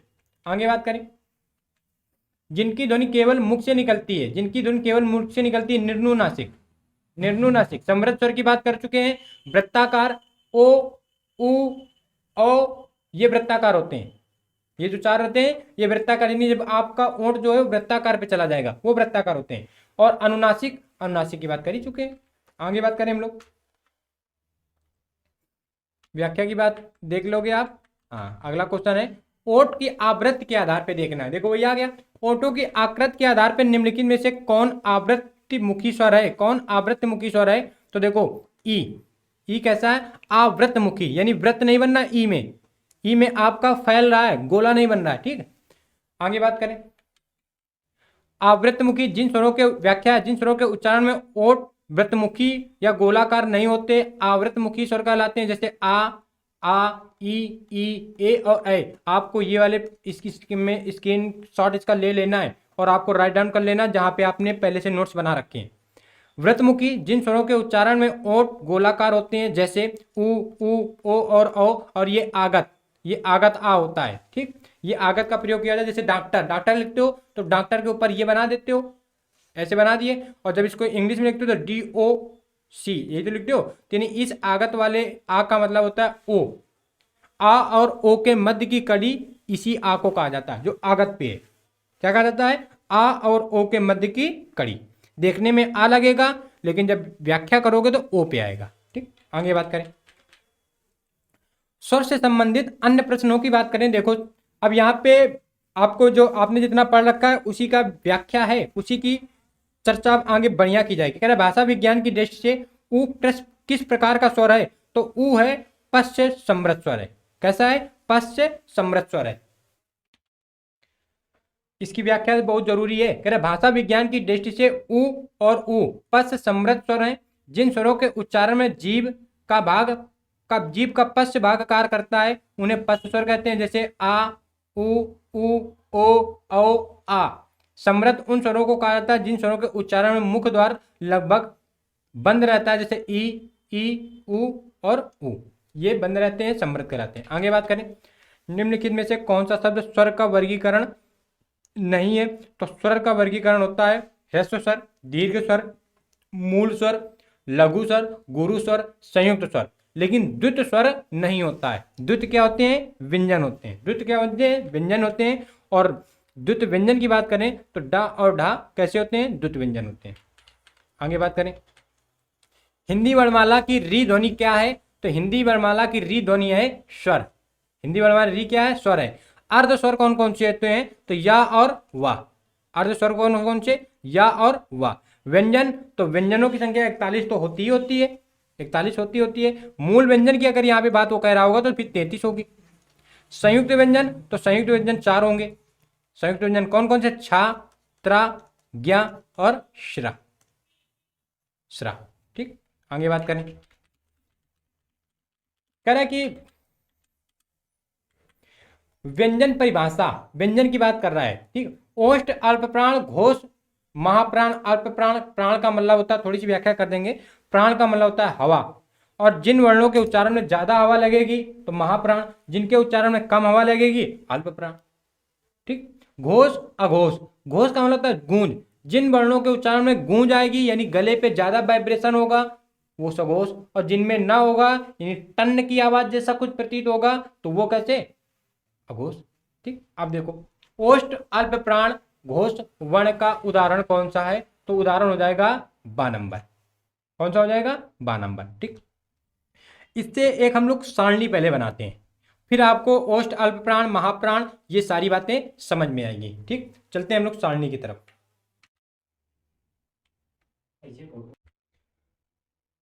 आप देख रहे हो स्क्रीन पे कि हमने छोटा सा चार्ट बनाया है और उन 25 वर्णों का यानी जो स्पर्शी वर्ण होते हैं उनका उल्लेख किया है। तो का वर्ग कितने? 5। का, चा, टा, ता, पा। हिंदी वर्णमाला में वर्ग कितने होते हैं? तो 5 होते हैं। ठीक, अब इस 5 में प्रत्येक में 5-5 वर्ण, 25 वर्ण हो गए। तो देखो अल्प प्राण और सघोष, पहली वाली लाइन आपको दिख रही है, ये है अल्प प्राण और सघोष। ये वाली पूरी की पूरी नीचे तक आ जाएगी तो अल्प प्राण और सघोष में रहेगी, अघोष में रहेगी। ये महाप्राण और अघोष में रहेगी। ये अल्प प्राण सघोष में पूरी की नीचे तक पूरी लाइन, और ये महाप्राण ये जो लिखे हैं उसी क्रम में लिखे हैं। आप इसका भी इनकी स्क्रीनशॉट ले लोगे, और यदि आप बना पा रहे हो तो आपको भी बनाना ही है। इसमें हमने भी कई सारे वर्णों का उल्लेख नहीं किया। क्यों नहीं किया? क्योंकि जैसे आगे वो क्वेश्चन आएगा तो उनका उल्लेख करेंगे, उनका उसमें उल्लेख करेंगे। लेकिन आप ये चार्ट बना के रख लो, क्योंकि जैसे उल्लेख करेंगे तो जैसे हमने कहा कि घा के साथ में आपको हा का उल्लेख हम करा देंगे। ठीक, इस छा के साथ में हम सा का उल्लेख करा देंगे, इस टा के साथ में हम ये ठा का उल्लेख करा देंगे। ठीक, हम यहाँ पे जा यानी नुक्ता वाले जा का भी ये फा के साथ में हम इस फा का भी उल्लेख करा देंगे। ऐसे हम आपको रा का उल्लेख करा देंगे, ला का उल्लेख करा देंगे, सा का उल्लेख करा देंगे। ठीक, तो आप इसका स्क्रीनशॉट ले लोगे। बाकी शुरू देखते हैं हम लोग। हाँ, ये भी आप इसका भी स्क्रीनशॉट ले लोगे। हम लोग वापस पीडीएफ पे चलते हैं। आपने यदि वो पीडीएफ वो स्क्रीनशॉट देखा होगा और आपने राइट डाउन किया होगा तो आपको ये क्वेश्चन निश्चित समझ में आएगा। अब देखो तालब दुनिया, तालब दुनिया कौन कौन सी हैं? तो चा वर्ग और ई, तो चा के साथ में छा आ रहा है, ठीक, जा भी आ रहा है, ठीक है, टा डा उपयोग में से एक से अधिक। अब ऑप्शन को बहुत गौर से पढ़ना है। देखो ए नंबर भी मिल रहा है, बी नंबर भी मिल रहा है, और ऑप्शन में कह रहा है उपयुक्त में से एक से अधिक। हाँ, एक से अधिक ऑप्शन सही है, यानी डी नंबर सही है। आगे क्वेश्चन, निम्नलिखित में से चा वर्ण का उच्चारण स्थान है। चा वर्ण का उच्चारण स्थान क्या होगा जाएगा? तालब, कंठ से का वर्ग का, मूर्धन्य से टा वर्ग का, दंत से सा वर्ग का, यहां से चा वर्ग का। नेक्स्ट की बात करें, निम्नलिखित में पावर्ण का उच्चारण स्थान, तो पावर्ण का उच्चारण स्थान ओष्ठ होता है। तालब से चा वर्ग का, दंत से ता वर्ग का, कंठ से का वर्ग का। आगे बात करें हम लोग,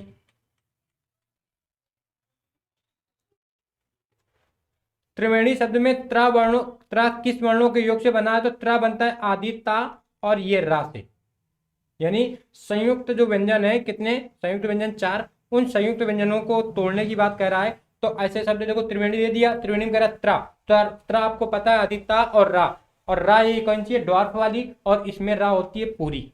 वही उसने इसमें व्याख्या की बात बता दी है। अब हम लोग बात कर देंगे कि इन सारे जो चारों वर्ण है इनका कैसे कैसे बनते हैं। देखो जैसे छा, आपको दिख रहा होगा, ठीक, छा बनता है आदि का प्लस शा से। त्रा, त्रा तो अभी आपने देख ही लिए, आदिता और रा से। आदि का मतलब ये हलंत लगती है, ऐसे हलंत, ठीक। अब बात करते हैं हम लोग ज्ञा की, तो आदि ज्ञा प्लस इया से।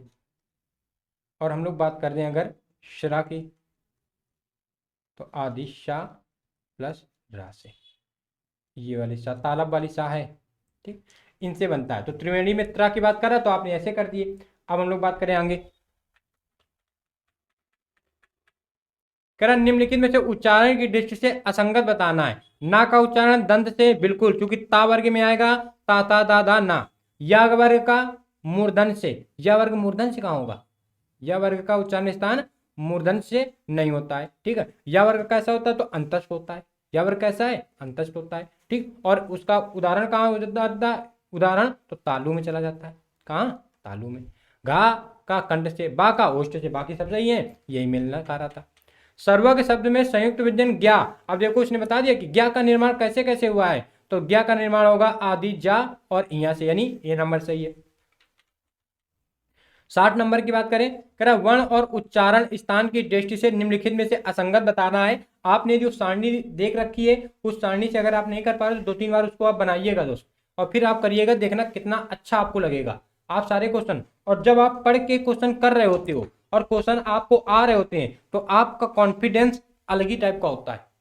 और यदि आप बिना पढ़े क्वेश्चन कर रहे हो, क्वेश्चन आ नहीं रहे हैं, तो फिर आप डिप्रेशन में जाओगे, आपका मूड ऑफ होना लाजमी है, बिल्कुल लाजमी है। आप पढ़ो और फिर आपको हम क्वेश्चन दे रहे, आप क्वेश्चन करो, ठीक। देखो आगे बात करें हम लोग, हाँ, वर्ण और उच्चारण स्थान की दृष्टि से निम्नलिखित में असंगत बताना है। हा का कंठ से होता है, शा का तालब से होता है, दा का मूर्धन से होता है, शा, इस शा का कहाँ से होता है? तो दंत से। कहाँ से होता है? दंत से, ओष्ठ से न होगा, ठीक। आगे बात करें, यहाँ पे देख सकते हो आप, ठीक। अब कह रहा है सुमेलित करना है, तो देखो शा क्या है? तो सा दंत है, यानी तीसरा, तो पहले का हो जाएगा तीसरा। ये सा क्या है? तो मूर्धन है, यानी इसका क्या हो जाएगा? दूसरा, इस सा का दूसरा। ये सा क्या है? तो ये तालु है, यानी इसका हो जाएगा चौथा। ना क्या है? तो नासिक है, इसका हो जाएगा दूसरा। तो 3 1 4 2, 3 1 4 2, यानी सी नंबर पे मिल रहा है, एक ही ऑप्शन मिल रहा है। एक भी मिला देते तो भी आपका सही हो जाता, ठीक। आगे बात करें, यहाँ पे उसने पूरी सारणी ऐसे बना के दे रखी है, आप इसका भी स्क्रीनशॉट लेके आराम से देख सकते हो। हम क्वेश्चन में बात करेंगे, 62 नंबर क्वेश्चन है ये रहा। कह रहा किस व्यंजन के उच्चारण में जिह्वा तालु से नहीं टकराती है, तो घा के उच्चारण में जिह्वा तालु से नहीं टकराती है क्योंकि तालब में उन्हीं वर्णों का उच्चारण होता है जिनमें जीभ तालु से जाके टकराई, जैसे चा, छा, जा, झा, इया। जब आप बोलोगे तो आपकी जीभ आपके तालु में टकराएगी, तो वो सारे के सारे आ जाएंगे। घा में आपकी नहीं टकराती है, ठीक है।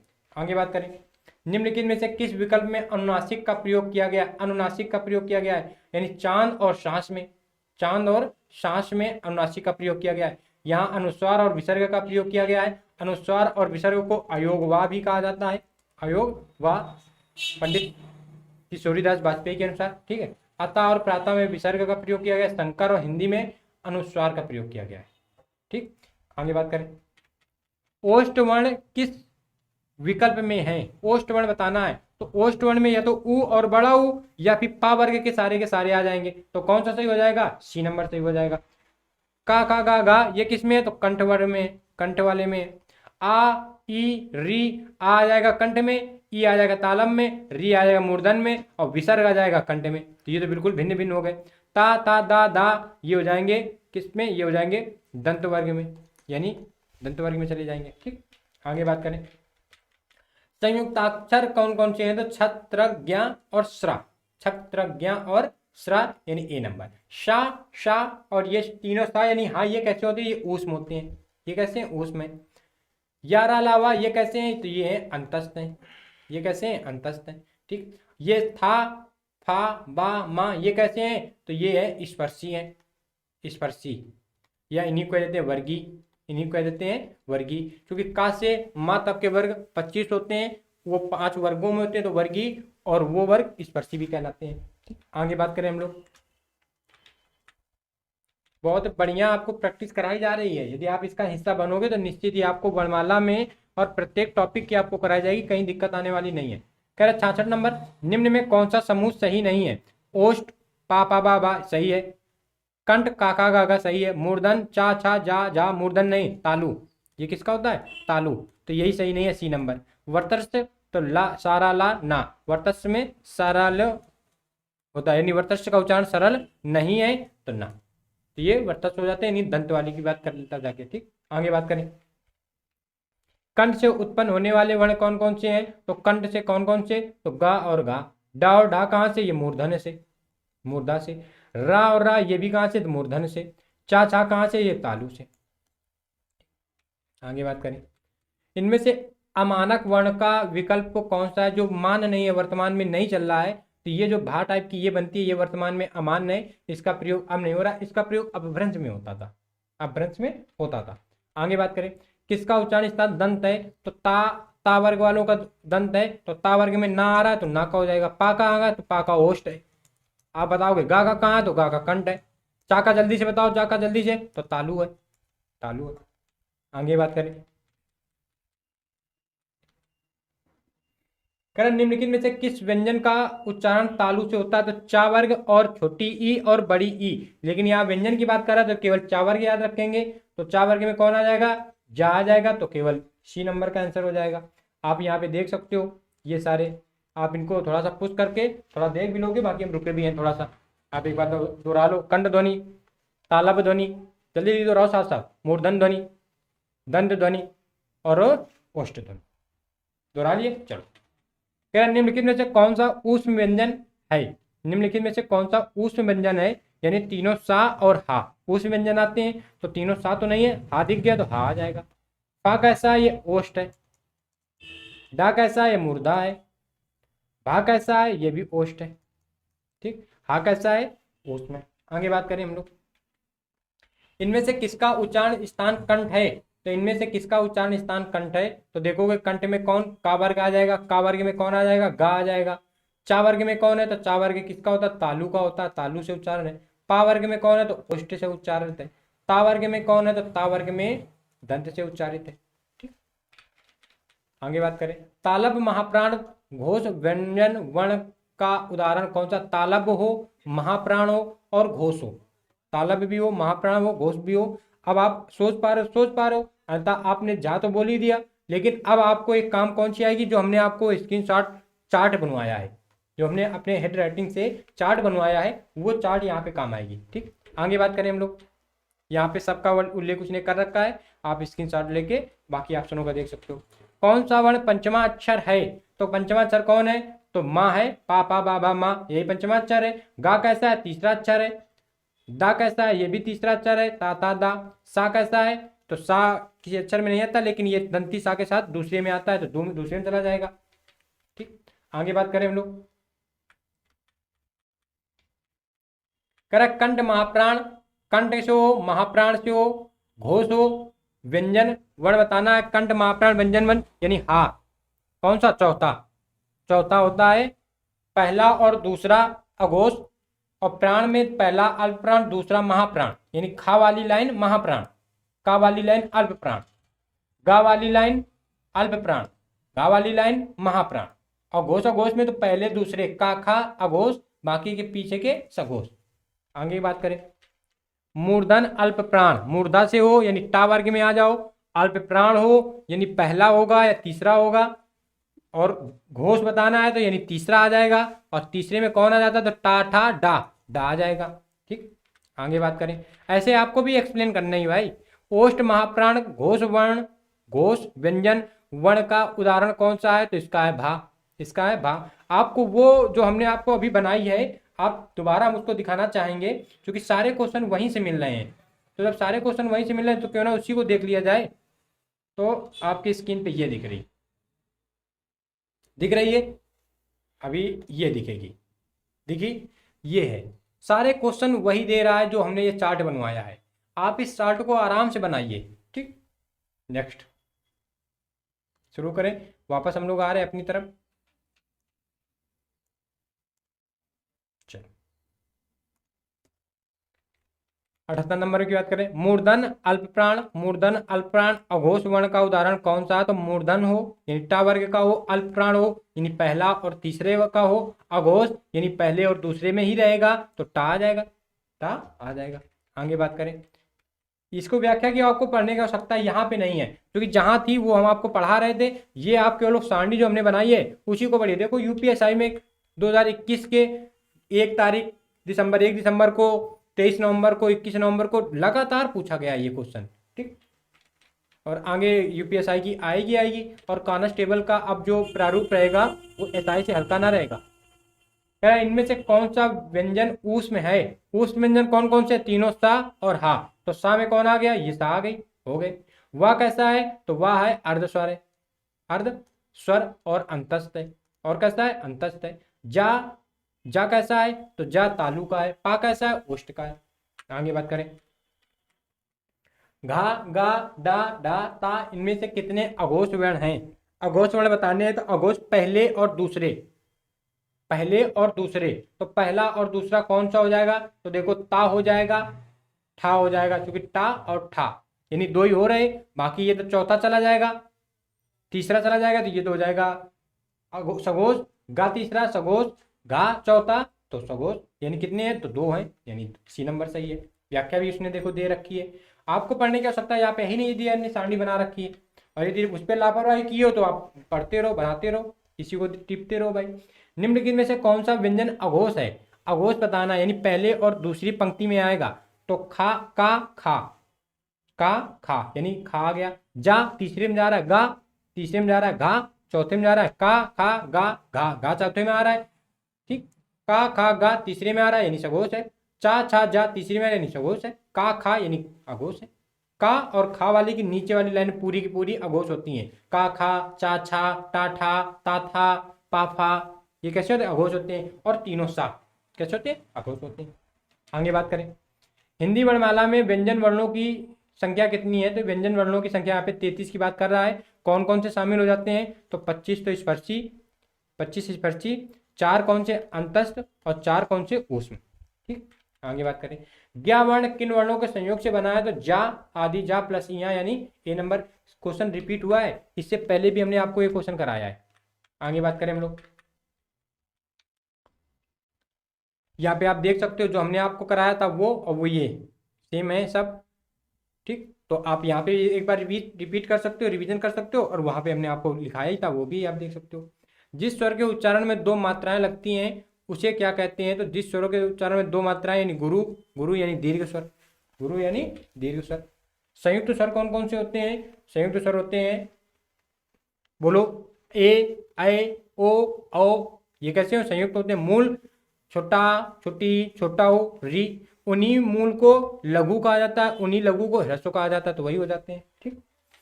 स्पर्श वर्णों की संख्या कितनी है? तो स्पर्श वर्ण कितने हैं? 25, क्योंकि का से मा तक, का से मा तक के वर्णों को स्पर्शी या वर्गीय व्यंजन कहा जाता है। 25 इनकी संख्या होती है।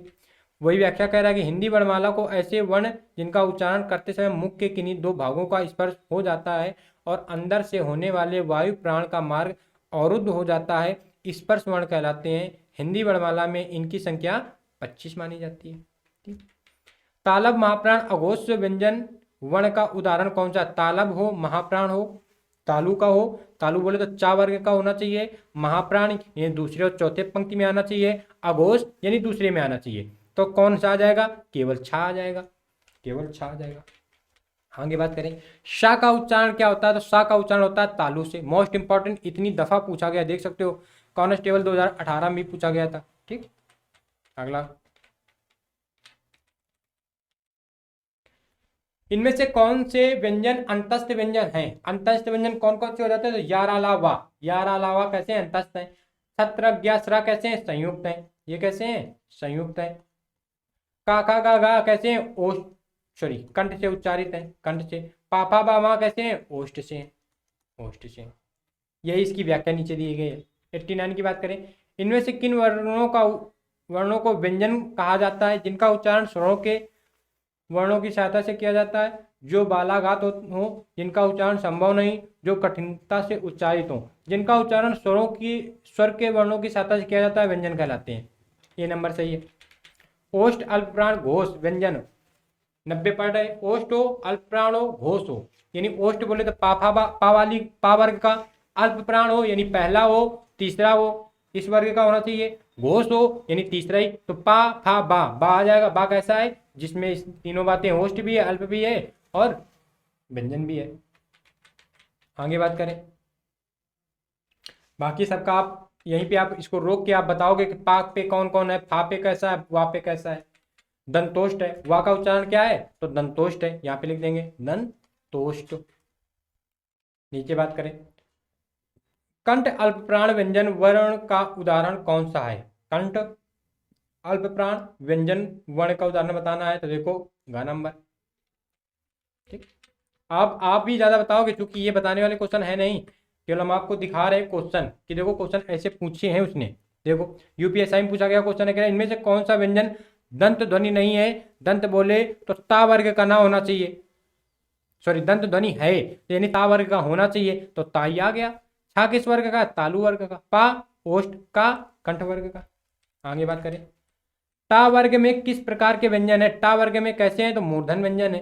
कंठ वाले किस में है? तो का वर्ग में है। तालब वाले किस में है? चा वर्ग में है। दंत वाले किस में है? तो ता वर्ग में है। ठीक। नेक्स्ट बात करें, पा वर्ग में होस्ट वाले हैं। कौन सा वर्ण उच्चारण की दृष्टि से दंत नहीं है? तो ता वर्ग के हटा दो, बाकी आ जाएंगे। तो देखो टा आ जाएगा, टा किस वर्ग का? मूर्धन वर्ण का। ये उच्चारण की दृष्टि से मूर्धन वर्ण का है। दंत वर्तस्थ महाप्राण घोष व्यंजन वर्ण का उदाहरण कौन सा है? दंत होना चाहिए, वर्तशो, महाप्राण, तो यानी महाप्राण होना चाहिए, या तो दूसरा होगा दंती वाले पे, या तो चौथा होगा। दूसरा होता तो अघोष कहता, लेकिन जब चौथा है तो घोष कह रहा है, यानी सघोष की बात कर रहा है, तो दा धनुष दा। नेक्स्ट की बात करें, ऐसे आप भी सोचोगे। ठीक। कह रहा दंत वर्तस अल्पप्राण अघोष, दंतो वर्तसो अल्पप्राण हो और अघोष हो, तो ता नंबर, ता यानी डी नंबर हो जाएगा। ता गा जा छा टा ता, इनमें से तालब महाप्राण बताना। तालब बताना, महाप्राण यानी ता वर्ग के निकालने हैं और ता वर्ग में महाप्राण निकालने हैं, यानी दूसरे और चौथे वर्ण के होने चाहिए। तो देखो पहले तो चा पहले वर्ग का है, लेकिन कैसा है? अल्पप्राण। छा तालु तो है, छा तालु तो है, और ये कैसा है? महाप्राण भी है। महाप्राण क्योंकि दूसरे में चा छा आ जाएगा। जा तालु वर्ग का तो है और सघोष है, और सघोष है, लेकिन है कैसा? अल्प प्राण है, अल्प प्राण है। ठीक।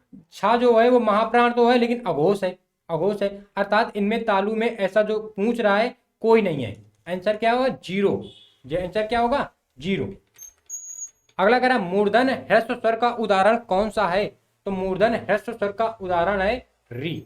कौन सा है? री। मूर्धन का मतलब होता है कि जब भी आप उच्चारित करोगे तो आपकी जीभ में वाइब्रेशन होगा, वो होते हैं मूर्धन। री को आप बोलो तो आपकी जीभ वाइब्रेट होती है, रा बोलो वाइब्रेट होती है। ठीक, आगे बात करें, छा ध्वनि का उच्चारण स्थान कौन सा होगा? छा का उच्चारण स्थान बताना है तो छा का होता है तालब, यानी बी नंबर है। 100वां नंबर देखो, कौन सा तालब वर्ण नहीं है? कौन सा तालब यानी चा वर्ग में कौन सा ना आएगा? तो सा। सा किस में आता है? तो सरल वर्तस्थ में आ जाता है और दंती में चला जाता है। ठीक, वर्तस्थ भी होता है एक इसके लिए और एक दंती भी हो जाता है। चा वर्ग में महाप्राण व्यंजन कितने होते हैं? चा वर्ग में महाप्राण व्यंजन दूसरी और चौथी यानी दो, केवल दो ही होते हैं, छा और झा। छा और झा। आगे बात करें हम लोग,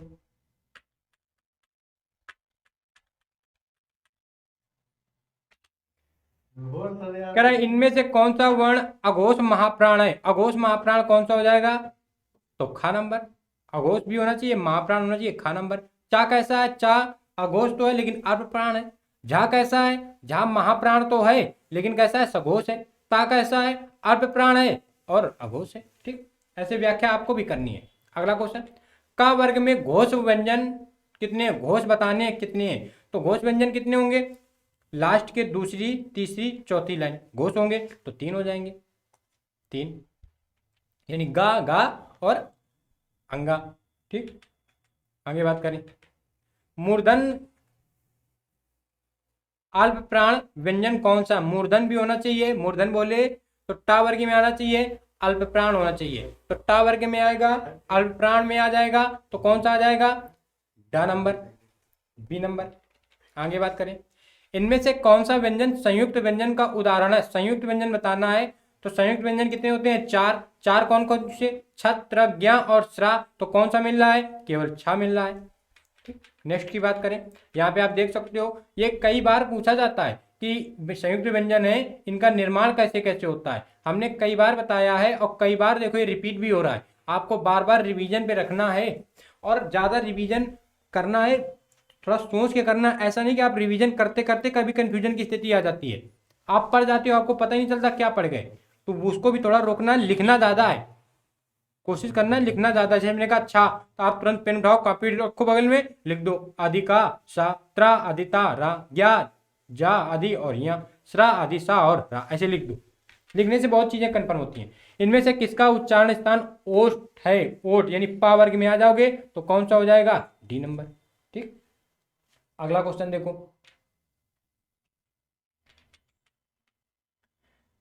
अंतस्थ और ऊष्मण कितने हैं? अंतस्थ और ऊष्म यानी अंतस्थ 4 कौन कौन से? यार अलावा। ऊष्मण कितने? 4 यानी तीनों सा और हा, तो कितने हो गए? 8 हो गए। ऐसे भी क्वेश्चन वो पूछ देता है। ठीक, अगला प्रश्न कह रहा है कि 108 नंबर, कह रहा है हिंदी वर्णमाला के अनुसार पंचमाक्षरों की संख्या कितनी है? तो पंचमाक्षर कितने हैं? 5। प्रत्येक वर्ग का अंतिम अक्षर, प्रत्येक वर्ग का अंतिम अक्षर पंचमाक्षर कहलाता है। इनकी संख्या कितनी है? 5 है। ठीक, अगला क्वेश्चन, कह रहा स्वर तंत्रियों के आधार पर व्यंजन को कितने वर्गों में बांटा गया है? तो स्वर तंत्रियों के आधार पर व्यंजन को 2 भागों में बांटा गया है। यही बात है सघोष की और अघोष की, सघोष और अघोष, इसी के आधार पर 2 भागों में बांटा गया है। आगे बात करेंगे हम लोग, कह रहा प्रत्येक वर्ग का प्रथम एवं द्वितीय वर्ग किस प्रकार का है? तो प्रथम एवं द्वितीय वर्ग कैसा है? तो अघोष है। कैसा है? अघोष है। ठीक, आगे बात करेंगे हम लोग,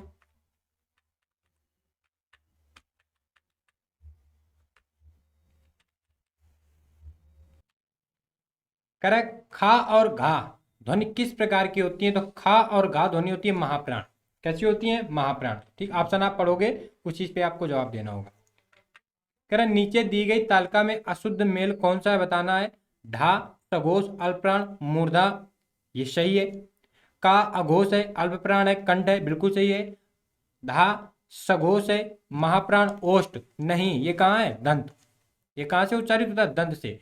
छा अघोष है, महाप्राण तालु, बिल्कुल सही है। कौन सा सही नहीं है? तो सी नंबर सही नहीं है। ठीक, आगे बात करें, एक से अधिक वर्णों के मेल को कहते हैं, एक से अधिक वर्णों के मेल को क्या कहते हैं? तो अक्षर कहते हैं। क्या कहते हो? अक्षर कहते हो। कौन ऊष्म व्यंजन नहीं है? ऊष्म व्यंजन तीनों सा और हा होते हैं, तो तीनों सा तो हैं, हा नहीं दिख रहा है, हा की जगह क्या दिख रहा है, गा, तो यही उसमें व्यंजन नहीं है। आगे बात करें, क्या निम्नलिखित में से कंठ ध्वनियां कौन सी हैं? वो ध्वनियां जिनका उच्चारण कंठ से होता है, अर्थात पूरा का पूरा का वर्ग। और कहाँ दिख रहा है? तो सी नंबर पे दिख रहा है। आगे बात करें, करा कि निम्नलिखित में से एक कंठ ध्वनि है, कंठ यानी का वर्ग से उच्चारित होती है, तो कौन सी दिख रही है आपको? गा नंबर दिख रही है। यहां तक आप आते आते आपको ऑप्शन से आंसर तुरंत दिखने लगे, अगर यहाँ भी अब भी आप वो जाके स्क्रीनशॉट देख रहे हो या आप वो बना रहे हो चार्ट, अब भी बना रहे हो चार्ट देख रहे हो, तो भी दिक्कत है। इसका मतलब कि आपने चार्ट नहीं देखा। जितने क्वेश्चन 80-90 तक पहले क्वेश्चन थे वहां व्याख्या की बात रही है, अब उन्हीं 80 क्वेश्चनों का निचोड़ है, और ये अब आपको बूस्ट करेगा, तभी इसमें हम तेज चल रहे हैं। कह रहे या का उच्चारण क्या होता है? तो या का उच्चारण होता है तालु से, और ये कैसा वर्ण है? तो अंतस्थ वर्ण है, यार अलावा है कैसा। और अगर इसकी विशेषता की बात करें तो या और वाह अर्ध स्वर में आते हैं। ये सारी चीजें आप तुरंत रिकॉल करते चलोगे साथ साथ। आगे कह रहा है हिंदी की तालब ध्वनियां कौन सी है? चा वर्ग की सारी ध्वनियां तालब ध्वनियां है, यानी चा छा जा जा। ता वाली ये कैसी है? तो ये दंते वर्ग की है। कितनी बार क्वेश्चन यूपीएसआई पे, यूपी पुलिस कांस्टेबल पे, यूपी ट्रिपल एससी पे कितनी बार पूछा गया है? पा वर्ग कैसा है? ओष्ठ का है। टा वर्ग कैसा है? मूर्धन का है, मूर्धा का।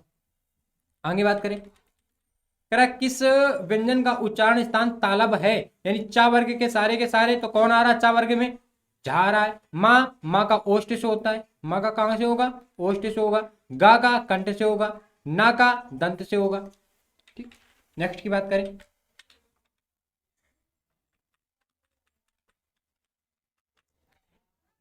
निम्नलिखित में से कौन सा वर्ण दंत नहीं है? कौन सा दंत नहीं है? यानी ता वर्ग का ना होगा। ता वर्ग का कौन सा नहीं दिख रहा? या किस वर्ग का है? तो तालु वर्ग का है।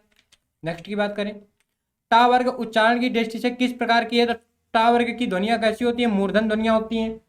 कंठ ध्वनियां का वर्ग की तालब ध्वनियां, चा वर्ग की दंत ध्वनियां, पा वर्ग की पा ध्वनियां, ओष्ठ वर्ग की।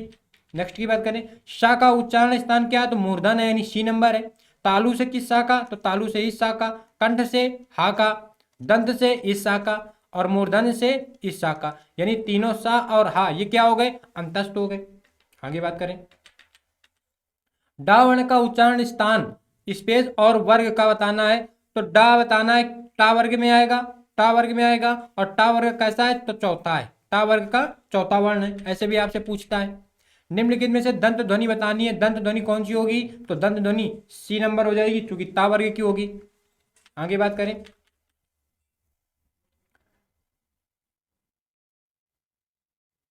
ला और सा का उच्चारण किस स्थान से होता है? ला और सा का उच्चारण कहां से होगा? तो दंत से होता है। नेक्स्ट, उच्चारण स्थान की दृष्टि से कौन सा विकल्प शुद्ध है? सा का मूर्धन से, बिल्कुल सही है, यही सही है, क्योंकि विकल्प शुद्धि पूछ रहा है, बाकी सब गलत है। चा का होता कहां से है? तो चा का होता है तालु से।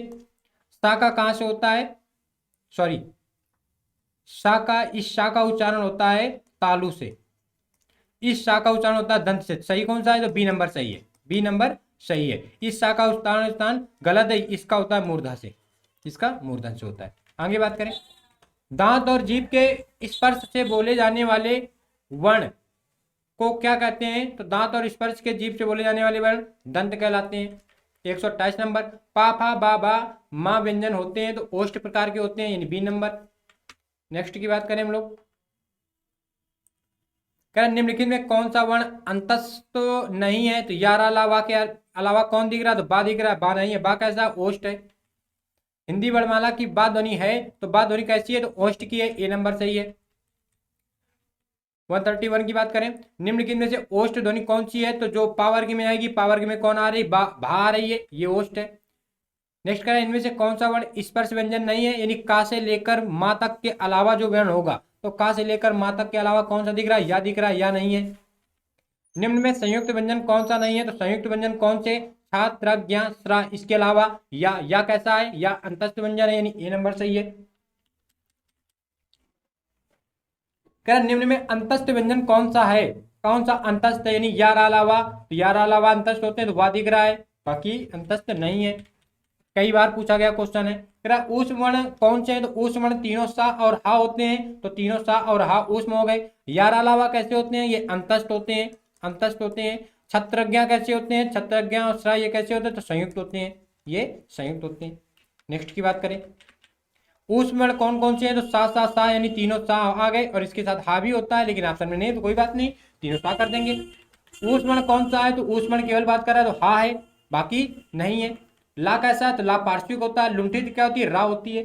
ठीक, आगे बात करें, निम्न में संयुक्त व्यंजन बताना है, संयुक्त व्यंजन कौन सा है, तो ज्ञा, ज्ञा संयुक्त व्यंजन है, बाकी संयुक्त व्यंजन नहीं है।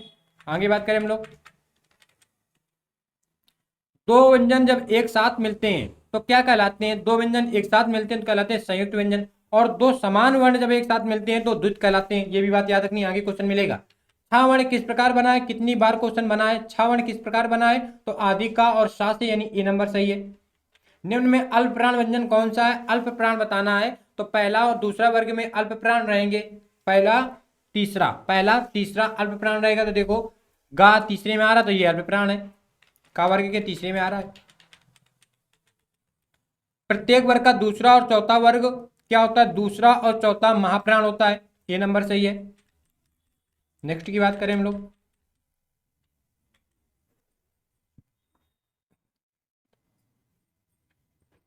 निम्नलिखित में कौन महाप्राण है, तो कौन महाप्राण होगा, तो देखो घा चौथा नंबर महाप्राण होगा, घा का वर्ग का चौथा है, यानी ऑप्शन पे सी है, वैसे का वर्ग पे चौथे पे जाएगा तो हो जाएगा। निम्न में कौन सा वर्ग अघोष है, अघोष यानी पहले और दूसरी पंक्ति में अघोष रहेंगे, तो देखो चा दिख रहा है, चा अघोष है, बाकी सारे सघोष हैं। निम्न में कौन सा शब्द प्रयत्न और उच्चारण के आधार पर व्यंजन का वर्गीकरण नहीं है, प्रयत्न और उच्चारण के आधार पर उच्छिप्त व्यंजन, इनका ये वर्गीकरण नहीं है। ठीक, बाकी पार्श्विक हमने पढ़ा है, पार्श्विक कौन होता है, ला होता है, सघोष पढ़े हैं, ओष में भी पढ़े हैं। आगे बात करें,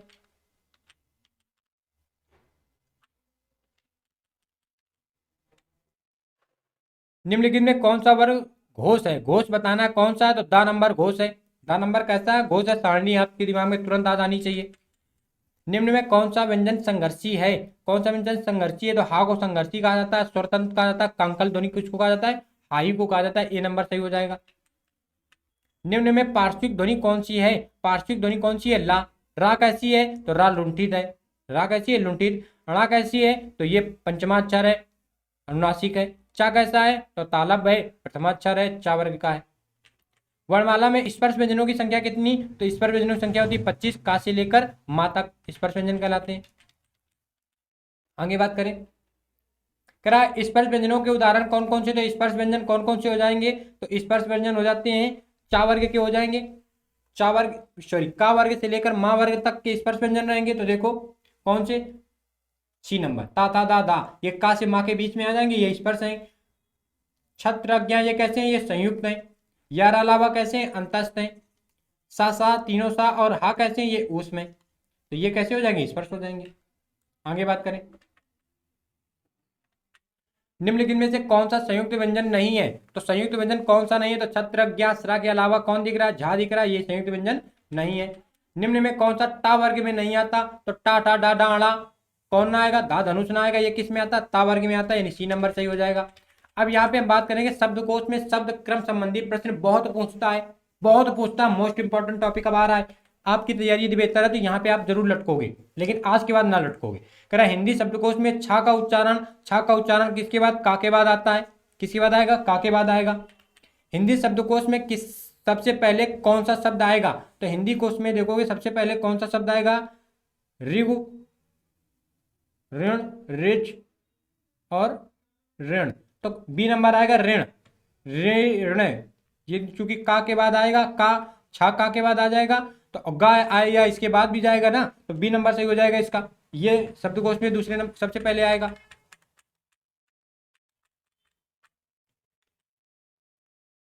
आगे बात करें हम लोग, देखो बी नंबर है।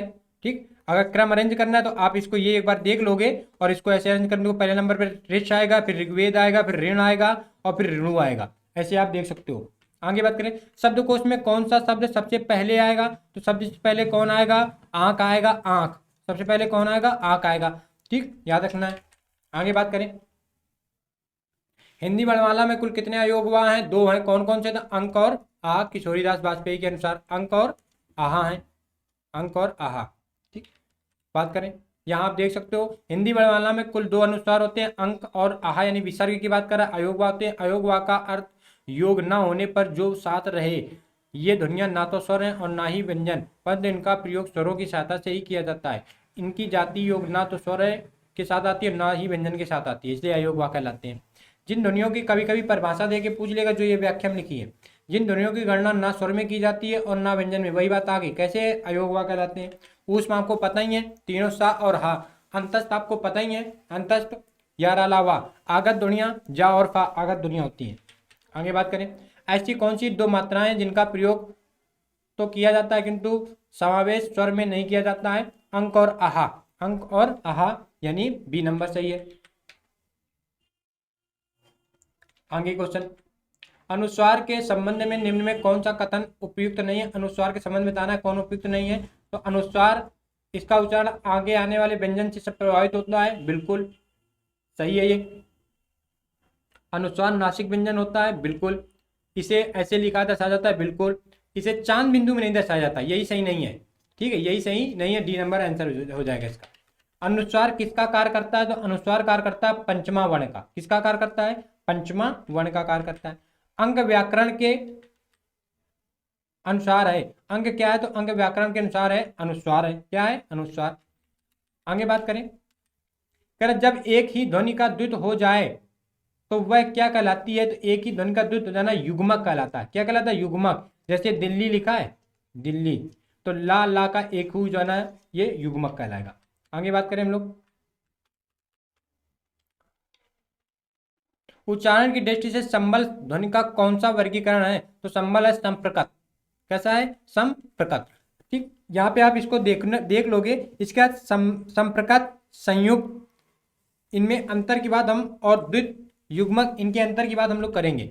छोटा सा वीडियो बनाएंगे 1.5-2 मिनट का, वहां पे आपको इसको हम व्याख्या के साथ बताएंगे। आगे कह रहा है, निम्नलिखित ध्वनियों की निर्दिष्ट विशेषताओं में कौन सा अशुद्ध है। चा तालब है, बिल्कुल है, लेकिन महाप्राण है नहीं, अल्प प्राण है, यही अशुद्ध है। बाकी सारे शुद्ध होंगे तो ए नंबर हो जाएगा। हिंदी में ध्वनियां कितने प्रकार की होती है। हिंदी में ध्वनियां 2 प्रकार की होती हैं, स्वर और व्यंजन। स्वर और व्यंजन।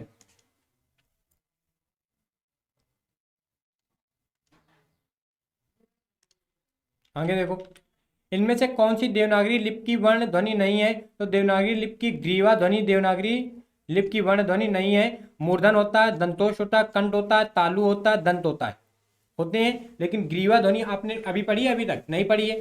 ठीक, आगे बात करें, कच्छा शब्द का शुद्ध उच्चारण क्या होगा, कच्छा का। तो कच्छा का देखो कैसे लिखा जाएगा, कक्षा यानी सी नंबर, छा का आप विस्तार करके लिख दोगे। आगे बात करें, निम्नलिखित में से नासिक व्यंजन कौन सा। नासिक व्यंजन बताना है, यानी इया। इया कैसा है, नासिक है। नेक्स्ट करा है, कौन से शब्द में रा व्यंजन नहीं है। रा व्यंजन किसमें नहीं है, तो मातृभूमि में नहीं है, क्योंकि इसमें क्या है, री है।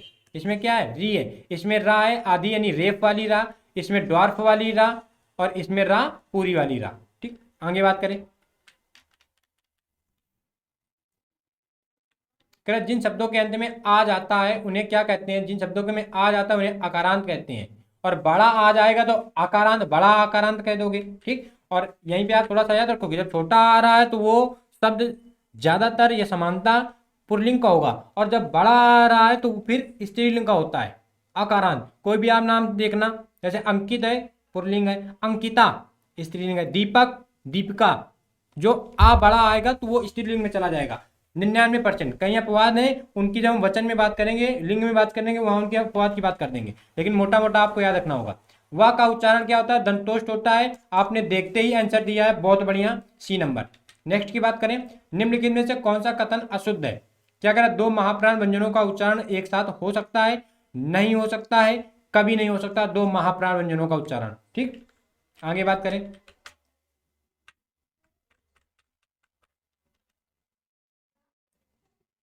निम्नलिखित में से कौन सा उत्तर सही नहीं है। यहाँ पे व्याख्यात्मक प्रश्न है, आपने यदि इनके सही जवाब दिए हैं तो इसका मतलब आपका वर्णमाला टॉपिक बहुत ही बेहतर रूप से तैयार है। यदि आपके री एग्जाम कांस्टेबल में कोई भी प्रश्न पूछा जाएगा तो जो आपको हम ये 150-200 क्वेश्चन करा रहे हैं, इनसे बाहर बिल्कुल ना पूछा जाएगा। ठीक, और सबसे पहले सिलेक्शन के लिए एक तो धैर्य और दूसरा विश्वास, दोनों चीज़ें बहुत ज़्यादा जरूरी हैं। ठीक, और समझदारी तो आपके अंदर है ही, आप खुद अपनी समझदारी का प्रयोग करके आप समझ सकते हो कि इस टाइप के क्वेश्चन बनने की उम्मीद होगी कि ना होगी। पढ़ते हैं। कह रहा निम्नलिखित में से कौन सा उत्तर सही है?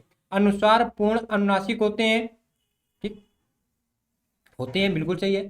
वर्ग का पंचमाक्षर अनुनासिक होता है, बिल्कुल होता है। अनुनासिक के उच्चारण के दौरान नाक से बहुत कम सांस निकलती है और मुंह से अधिक सांस निकलती है अनुनासिक के दौरान, बिल्कुल है, ठीक है। अनुस्वार में ज्यादा नाक से निकलती है, अनुस्वार में ज्यादा नाक से निकलती है, तो यानी तीनों बातें सही हैं, तो तीनों बातें सही है, बी नंबर सही है।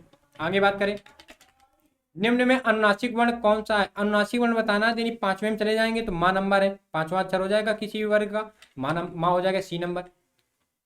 करा है कि द्रग का वर्ण विच्छेद बताना, द्रग, जैसे हमने राम का वर्ण विच्छेद पहले ही किया था, 2 4 5 क्वेश्चनों में हमने राम का किया था, ऐसे आपको द्रग को बता देना। तो द्रग में री है तो आदि दा, फिर री, फिर गा,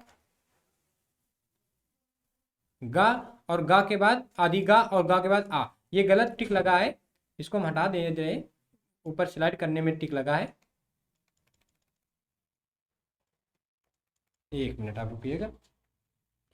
तो ऐसा कौन सा विच्छेद आपको समझ में आ रहा है? तो ए नंबर समझ में आ रहा है, ये सही हो जाएगा। आगे बात करें हम लोग,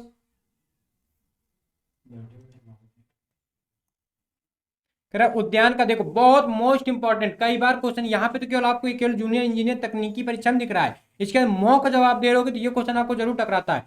उद्यान का आप पहले कॉपी पे लिखोगे और फिर आप जवाब दोगे, तो यानी जब आप उद्यान का कर रहे होगे तो कौन सा बन के आ जाएगा? सी नंबर। अगला क्वेश्चन 177 कह रहा है कांकल वर्ण कौन सा है? तो कांकल वर्ण स्वतंत्र यानी हा, सी नंबर, कांकल ध्वनि होती है। रा का विवरण बताना, रा का विवरण कैसे है? तो रा तो एक तो सरल यानी वर्तस्थ है, लुंठित है, लुंठित है, सघोष है और अल्प प्राण भी आता है, यानी ए नंबर सही हो जाएगा। आगे बात करें हम लोग, ये सारी व्याख्या हम लोग पहले कर चुके हैं। निम्न में अर्धस्वर या और वाह, या और वाह कैसे होते हैं? अर्धस्वर तो या दिख रहा है, वाह नहीं दिख रहा, कोई बात नहीं।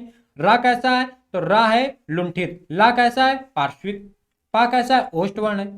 नेक्स्ट की बात करें, स्पर्श व्यंजन हो, स्पर्श व्यंजन यानी का से लेकर माँ के बीच का हो, कंठ का हो यानी का से लेकर अंगा का हो, अघोष हो, अघोष यानी का और खा में कोई हो, महाप्राण हो यानी खा हो, यानी सी नंबर हो गया। सारी चीजें होते जाए, आप इसको रिकॉल करते जाओगे। लिखित भाषा में मूल ध्वनियों के लिए जो चिन्ह मान लिए गए हैं तथा जिस रूप में ये लिखे जाते हैं उन्हें क्या कहते हैं? तो लिपि कहते हैं। क्या कहते हैं? लिपि कहते हैं। वर्णमाला का कौन सा अक्षर पुल्लिंग नहीं है? वर्णमाला का समानता सारे अक्षर पुल्लिंग होते हैं। क्वेश्चन ये भी बनता है कि वर्णमाला में अधिकतर किस प्रकार के अक्षर है? तो पुल्लिंग है, लेकिन कौन से नहीं है? तो ई और ई पुल्लिंग नहीं है, ठीक। इसके अतिरिक्त तो एक और इसकी में जोड़ दोगे, री भी नहीं है। आगे बात करें हम लोग, निम्नलिखित में से कौन सा शब्द री की मात्रा का प्रयोग हुआ है? री की मात्रा ऐसे होती है, और ये क्वेश्चन भी बन चुका है, ये क्वेश्चन भी बन चुका है, कौन सा है? वृष्टि है।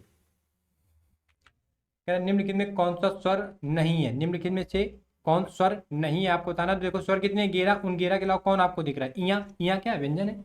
आगे बात करें हम लोग, करा कि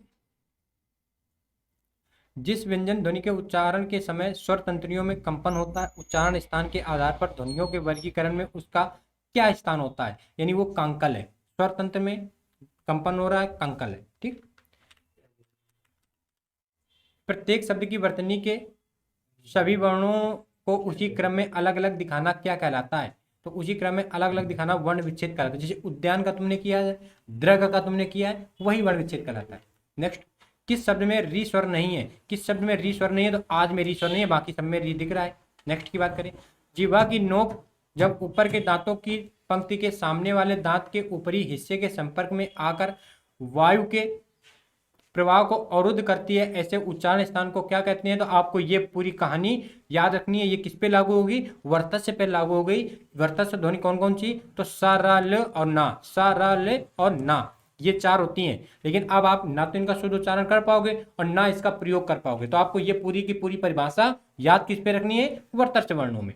आगे बात करें, हिंदी में आ हमने कहा था आ आगत वाला है, आ, ये आ और ओ के मध्य की कड़ी कहलाती है, आ और ओ के मध्य की कड़ी कहलाती है, ठीक। ये किस भाषा का? तो अंग्रेजी भाषा का है। किस भाषा का से है? अंग्रेजी भाषा की है। जैसे लिखते हो हॉकी, हॉकी लिख दो, और जब इसका इंग्लिश में लिखते हो तो HOCKY। यहाँ पे आ दिख रहा है लेकिन यहाँ पे ओ गया, तो आ और ओ के मध्य की कड़ी ये वाली आ कहलाती है, आगत वर्ण कहलाता है। ठीक ठीक, आगे हम लोग चल रहे, चलो अब अपना आ गया ये विराम चिन्ह, अपने आ गए विराम चिन्ह। विराम चिन्हों में हम लोग बात करेंगे नेक्स्ट वीडियो पे। यदि आपको ये सेशन अच्छा लगा हो तो वीडियो को लाइक करिएगा। हाँ, चैनल को सब्सक्राइब करते समय बेल आइकन ऑन जरूर करिएगा, क्योंकि ऐसे बेहतर कंटेंट आपको समय पे मिल सके, आप अपनी तैयारी को बेहतर कर सकें। इसके लिए बहुत ज़रूरी है कि आपके पास नोटिफिकेशन पहुंचती रहे। आई होप आपको ये सेशन अच्छा लगा भी होगा। यूपी रेगुलर क्लासेस की पूरी टीम का प्रयत्न रहेगा और हमेशा रहा है, जैसा कि आपने पिछला पेपर भी देखा है, री एग्जाम की बात आ गई है, लेकिन जो पेपर आपने दिया था तो उसमें भी क्वेश्चन आपको टकराए हैं, और आगे भविष्य में जो भी परीक्षाएं होंगी उसमें पूरा का पूरा प्रयत्न रहेगा, पूरा प्रयास रहेगा कि आपके क्वेश्चन टकराएं आपके अपने परिवार यूपी रेगुलर क्लासेस से। मिलते हैं नेक्स्ट वीडियो पे। आप अपनी तैयारी को बेहतर करते रहिए, इस वीडियो को आप रिपीट मोड पे देखते रहिए। तब तक के लिए नमस्कार, जय हिंद, वंदे मातरम।